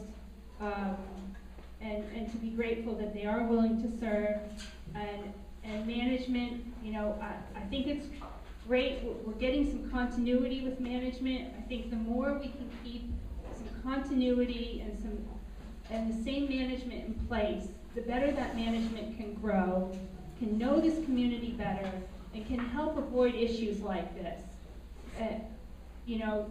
That management can understand what this community needs from it. The board can communicate better. I think these are all good goals. Thank you. Thank you. Liz, I've never known Morningside to be otherwise, which is a sad thing to me. It was different. That's what everybody tells me, that it was different. I've never known Morningside to be otherwise. To be quite honest with you, I regret that when I first came to live here, I fell into some of that anger and some of that division. I have eschewed it completely. I think we have to reboot as a community. And I don't know exactly how to do that, but a conversation like this is very helpful because there are entrenched sides. There are neighbors who will not even speak to one another. And I don't have the magic answer, except I'm dedicating my own self just as a cooperator, not as a candidate for the board, to live beyond those things. How we do that in a way for the whole community, I think, is worthy of a discussion. Because I moved here knowing the vision on paper. And then I experienced it. I didn't experience what I expected. I have experienced it now because of a change in my own mind. Of not thinking of certain people as the enemy because they have a different point of view than I have. And if I'm re-elected, I was never elected, if I'm elected to the board this time, then that's the kind of vision I will try to help us live into more fully. I will try. Okay, I think, for the flag issue, when I first, because I was not on the board, but when I first look at, see the notices by the elevators, I thought, oh, wow, they gave people like just like 2 or 3 weeks to do that. I was wondering whether they had a meeting with those shareholders who have bikes, or whether they have a certain like arrangement, the new arrangement for those bikes. But I didn't know. So I think this is really another communication issue. And then also whether we hear the board make decisions in like with the mind of shareholders' interest. I think if they had a meeting with those shareholders earlier, or with certain committees holding a meeting with them to tell them what's going to happen before putting notices and then giving a deadline. And then also even giving a deadline, that's all our shareholders suffer because they cut the shareholders' bike locks. Now the corporation has to pay back. Whose money is that? That's all our shareholders' money. So the board is the board's decision is very important. So if I were elected, I will try my best to make sure that any decision the board makes is for the entire shareholders' benefit. Okay, that'll be the last statement tonight. It's 9:30. We will resume again on Sunday. Can we just finish that?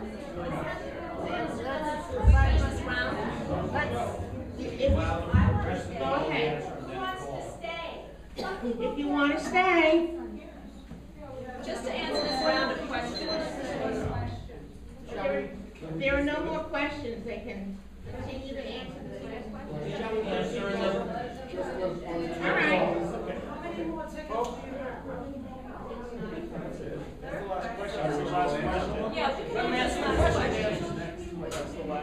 If you'd like to continue, pass We can certainly go down the line. I'm the kind of guy who I'm the kind of guy who considers strangers to be friends I simply haven't met yet. And when I got here, it was wonderful. I met people, and they became fast friends. And then I found that some of the friends I had weren't liked by some of the other friends I had. And I found that very peculiar. And when people don't talk to me, as James was saying, I'm kind of surprised. I don't get it. I don't understand. I'm hoping that I can do something about that. Well, unfortunately, we have been dealing with this issue for quite a few years. I remember that when I was president and at our 50th anniversary spoke, I basically stated that here we are a community that always argues, It's a community that everybody wants to do what's the best for the community, except that they don't quite agree of what's the best for the community. And this is probably at the core of the issue, because we have people with different approaches and philosophy. It will be nice if we could finally bridge that gap. I, for one, when I ran for the board in 1996, when I ran for the board in 2006, I did not run as a slate. I ran as an individual. And I wished we could go back to it, because in some ways, those slates are in some ways artificial, in some ways, well, that's my friend, I run with them. This is not good for the community. And I know there are excellent shareholders that will be superb board members that will not run because they won't run as a slate. They would rather run as individuals. So I really hope this is the last time that we have slates in running for the board. Let's do away with it. Let's do with all of those. We five believe this, we five believe that. Each one of us believes in different things. I could believe in some ideas that Mike had, and some ideas that Dan had. We worked on the board before Dan and I. We didn't agree on anything. We agreed on something, right, Dan? You even commended me at the end of the night meeting, right? Okay. So we should do, I hope we can get there. I'll be very short and sweet. I think any thinking person will notice that intelligent, decent people can disagree about issues. And it doesn't have to be a personal attack or a personal vendetta. But I've been at board meetings and at MGCA meetings where there's snickering when somebody decides to talk, their eyes are rolling, there's a lot of dismissiveness and disrespectfulness, and it's unnecessary. We can agree to disagree about certain things. It's hard enough for two people to live together. It's much harder for 2,000 plus people to live together. In some ways, I'm astonished that there's not more acrimony. We have a level of discussion tonight about caucuses and slates, but there's also a kaleidoscope of different viewpoints. Morningside has a lot of steadfast individuals with unique views. Sometimes they're an exact match with some other ones, sometimes they're not. I think what I'm looking at tonight in front of me, there are people representing an array of different viewpoints of Morningside, different visions, what the future should be, what the present should be. And all of us have one thing in common. We've acted in a civil way. We've observed the protocol tonight. It is possible. So I think one of the high points in the last year, is Doug Simmons still here? Hey, Doug. Was when Doug and his wife had us over for dinner.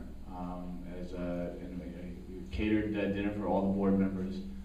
We got to get to know each other and each other's spouses in a non-confrontational, non-board environment, and it meant a lot. And I think it really helped. I think in the tone. And as much as I do think we have a lot of work to do in some areas, I think that there has been some progress, and I count that as one of the key moments that I think helped to kind of break down some of the barriers that we've had. I think we agree on about 85% of the stuff here, but we do have some problems. And I think to the point of communication with shareholders and on the board, I think that the leadership of the board right now can be a little blind to that, and that can translate sometimes to management.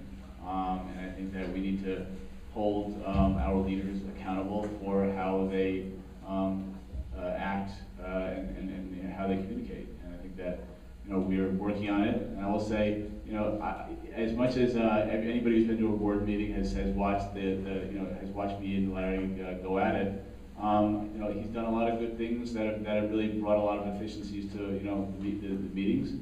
I think he's done that in part because there's been respect in the board for respectful dialogue. It wasn't always that way, but I do think that we, you know, we have got a little bit of work to do on that, and we need to move forward together.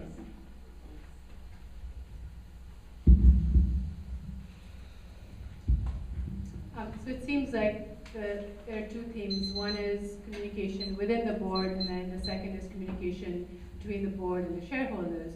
I would say on the first side, communication within the board, I think there are definitely, there's definitely progress, but I would say that as you can tell, I don't speak very loudly, but I have had to scream to get myself heard in the board, which is really not appropriate because often there are, you know, very loud voices, and in order to even get a word in, you have to scream, which is not the way boards should be conducting business. So I think that there's a tremendous room for improvement there, and I think there needs to be more cordial discussion and sharing of ideas, and just because there's a loud male voice does not mean that it's right. That's one. The second is that in terms of our communication with shareholders, I think we can do a tremendous amount in order to improve that. And I think, I can't tell you how many people came to me after the annual meeting last year and said, how do you do this? How do you do this, and why are you doing it? And why are you running again? Because people were appalled at how they were treated. And the same thing goes for, I think, as you mentioned, the discussion about Bernie. So I think that to me is most disappointing, and I think that's an area where there needs to be a lot more improvement.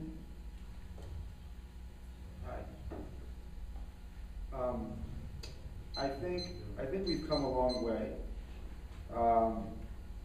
I don't believe in making accusations, and certainly about things that nobody here was in the room when it happened. But I will say this: anybody that went to the annual meeting last year, anybody who was present, it was the first one that I went to, and I was there in the flesh, might have been appalled.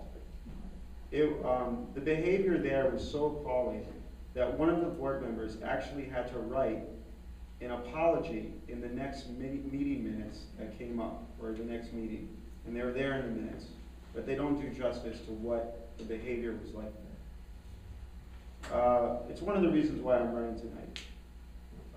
And I want to say two things about that. One is that the leader of a community sets the tone for the community.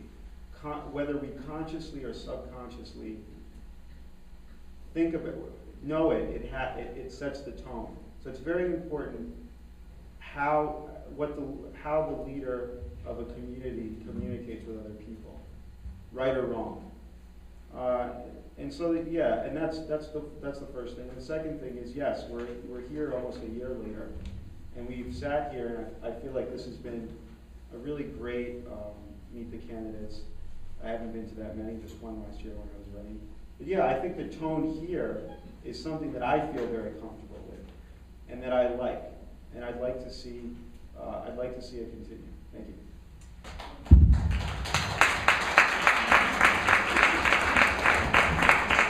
Thank you. We will resume on Sunday afternoon, April 27th. Thank you, Barbara, and thank you, shareholders.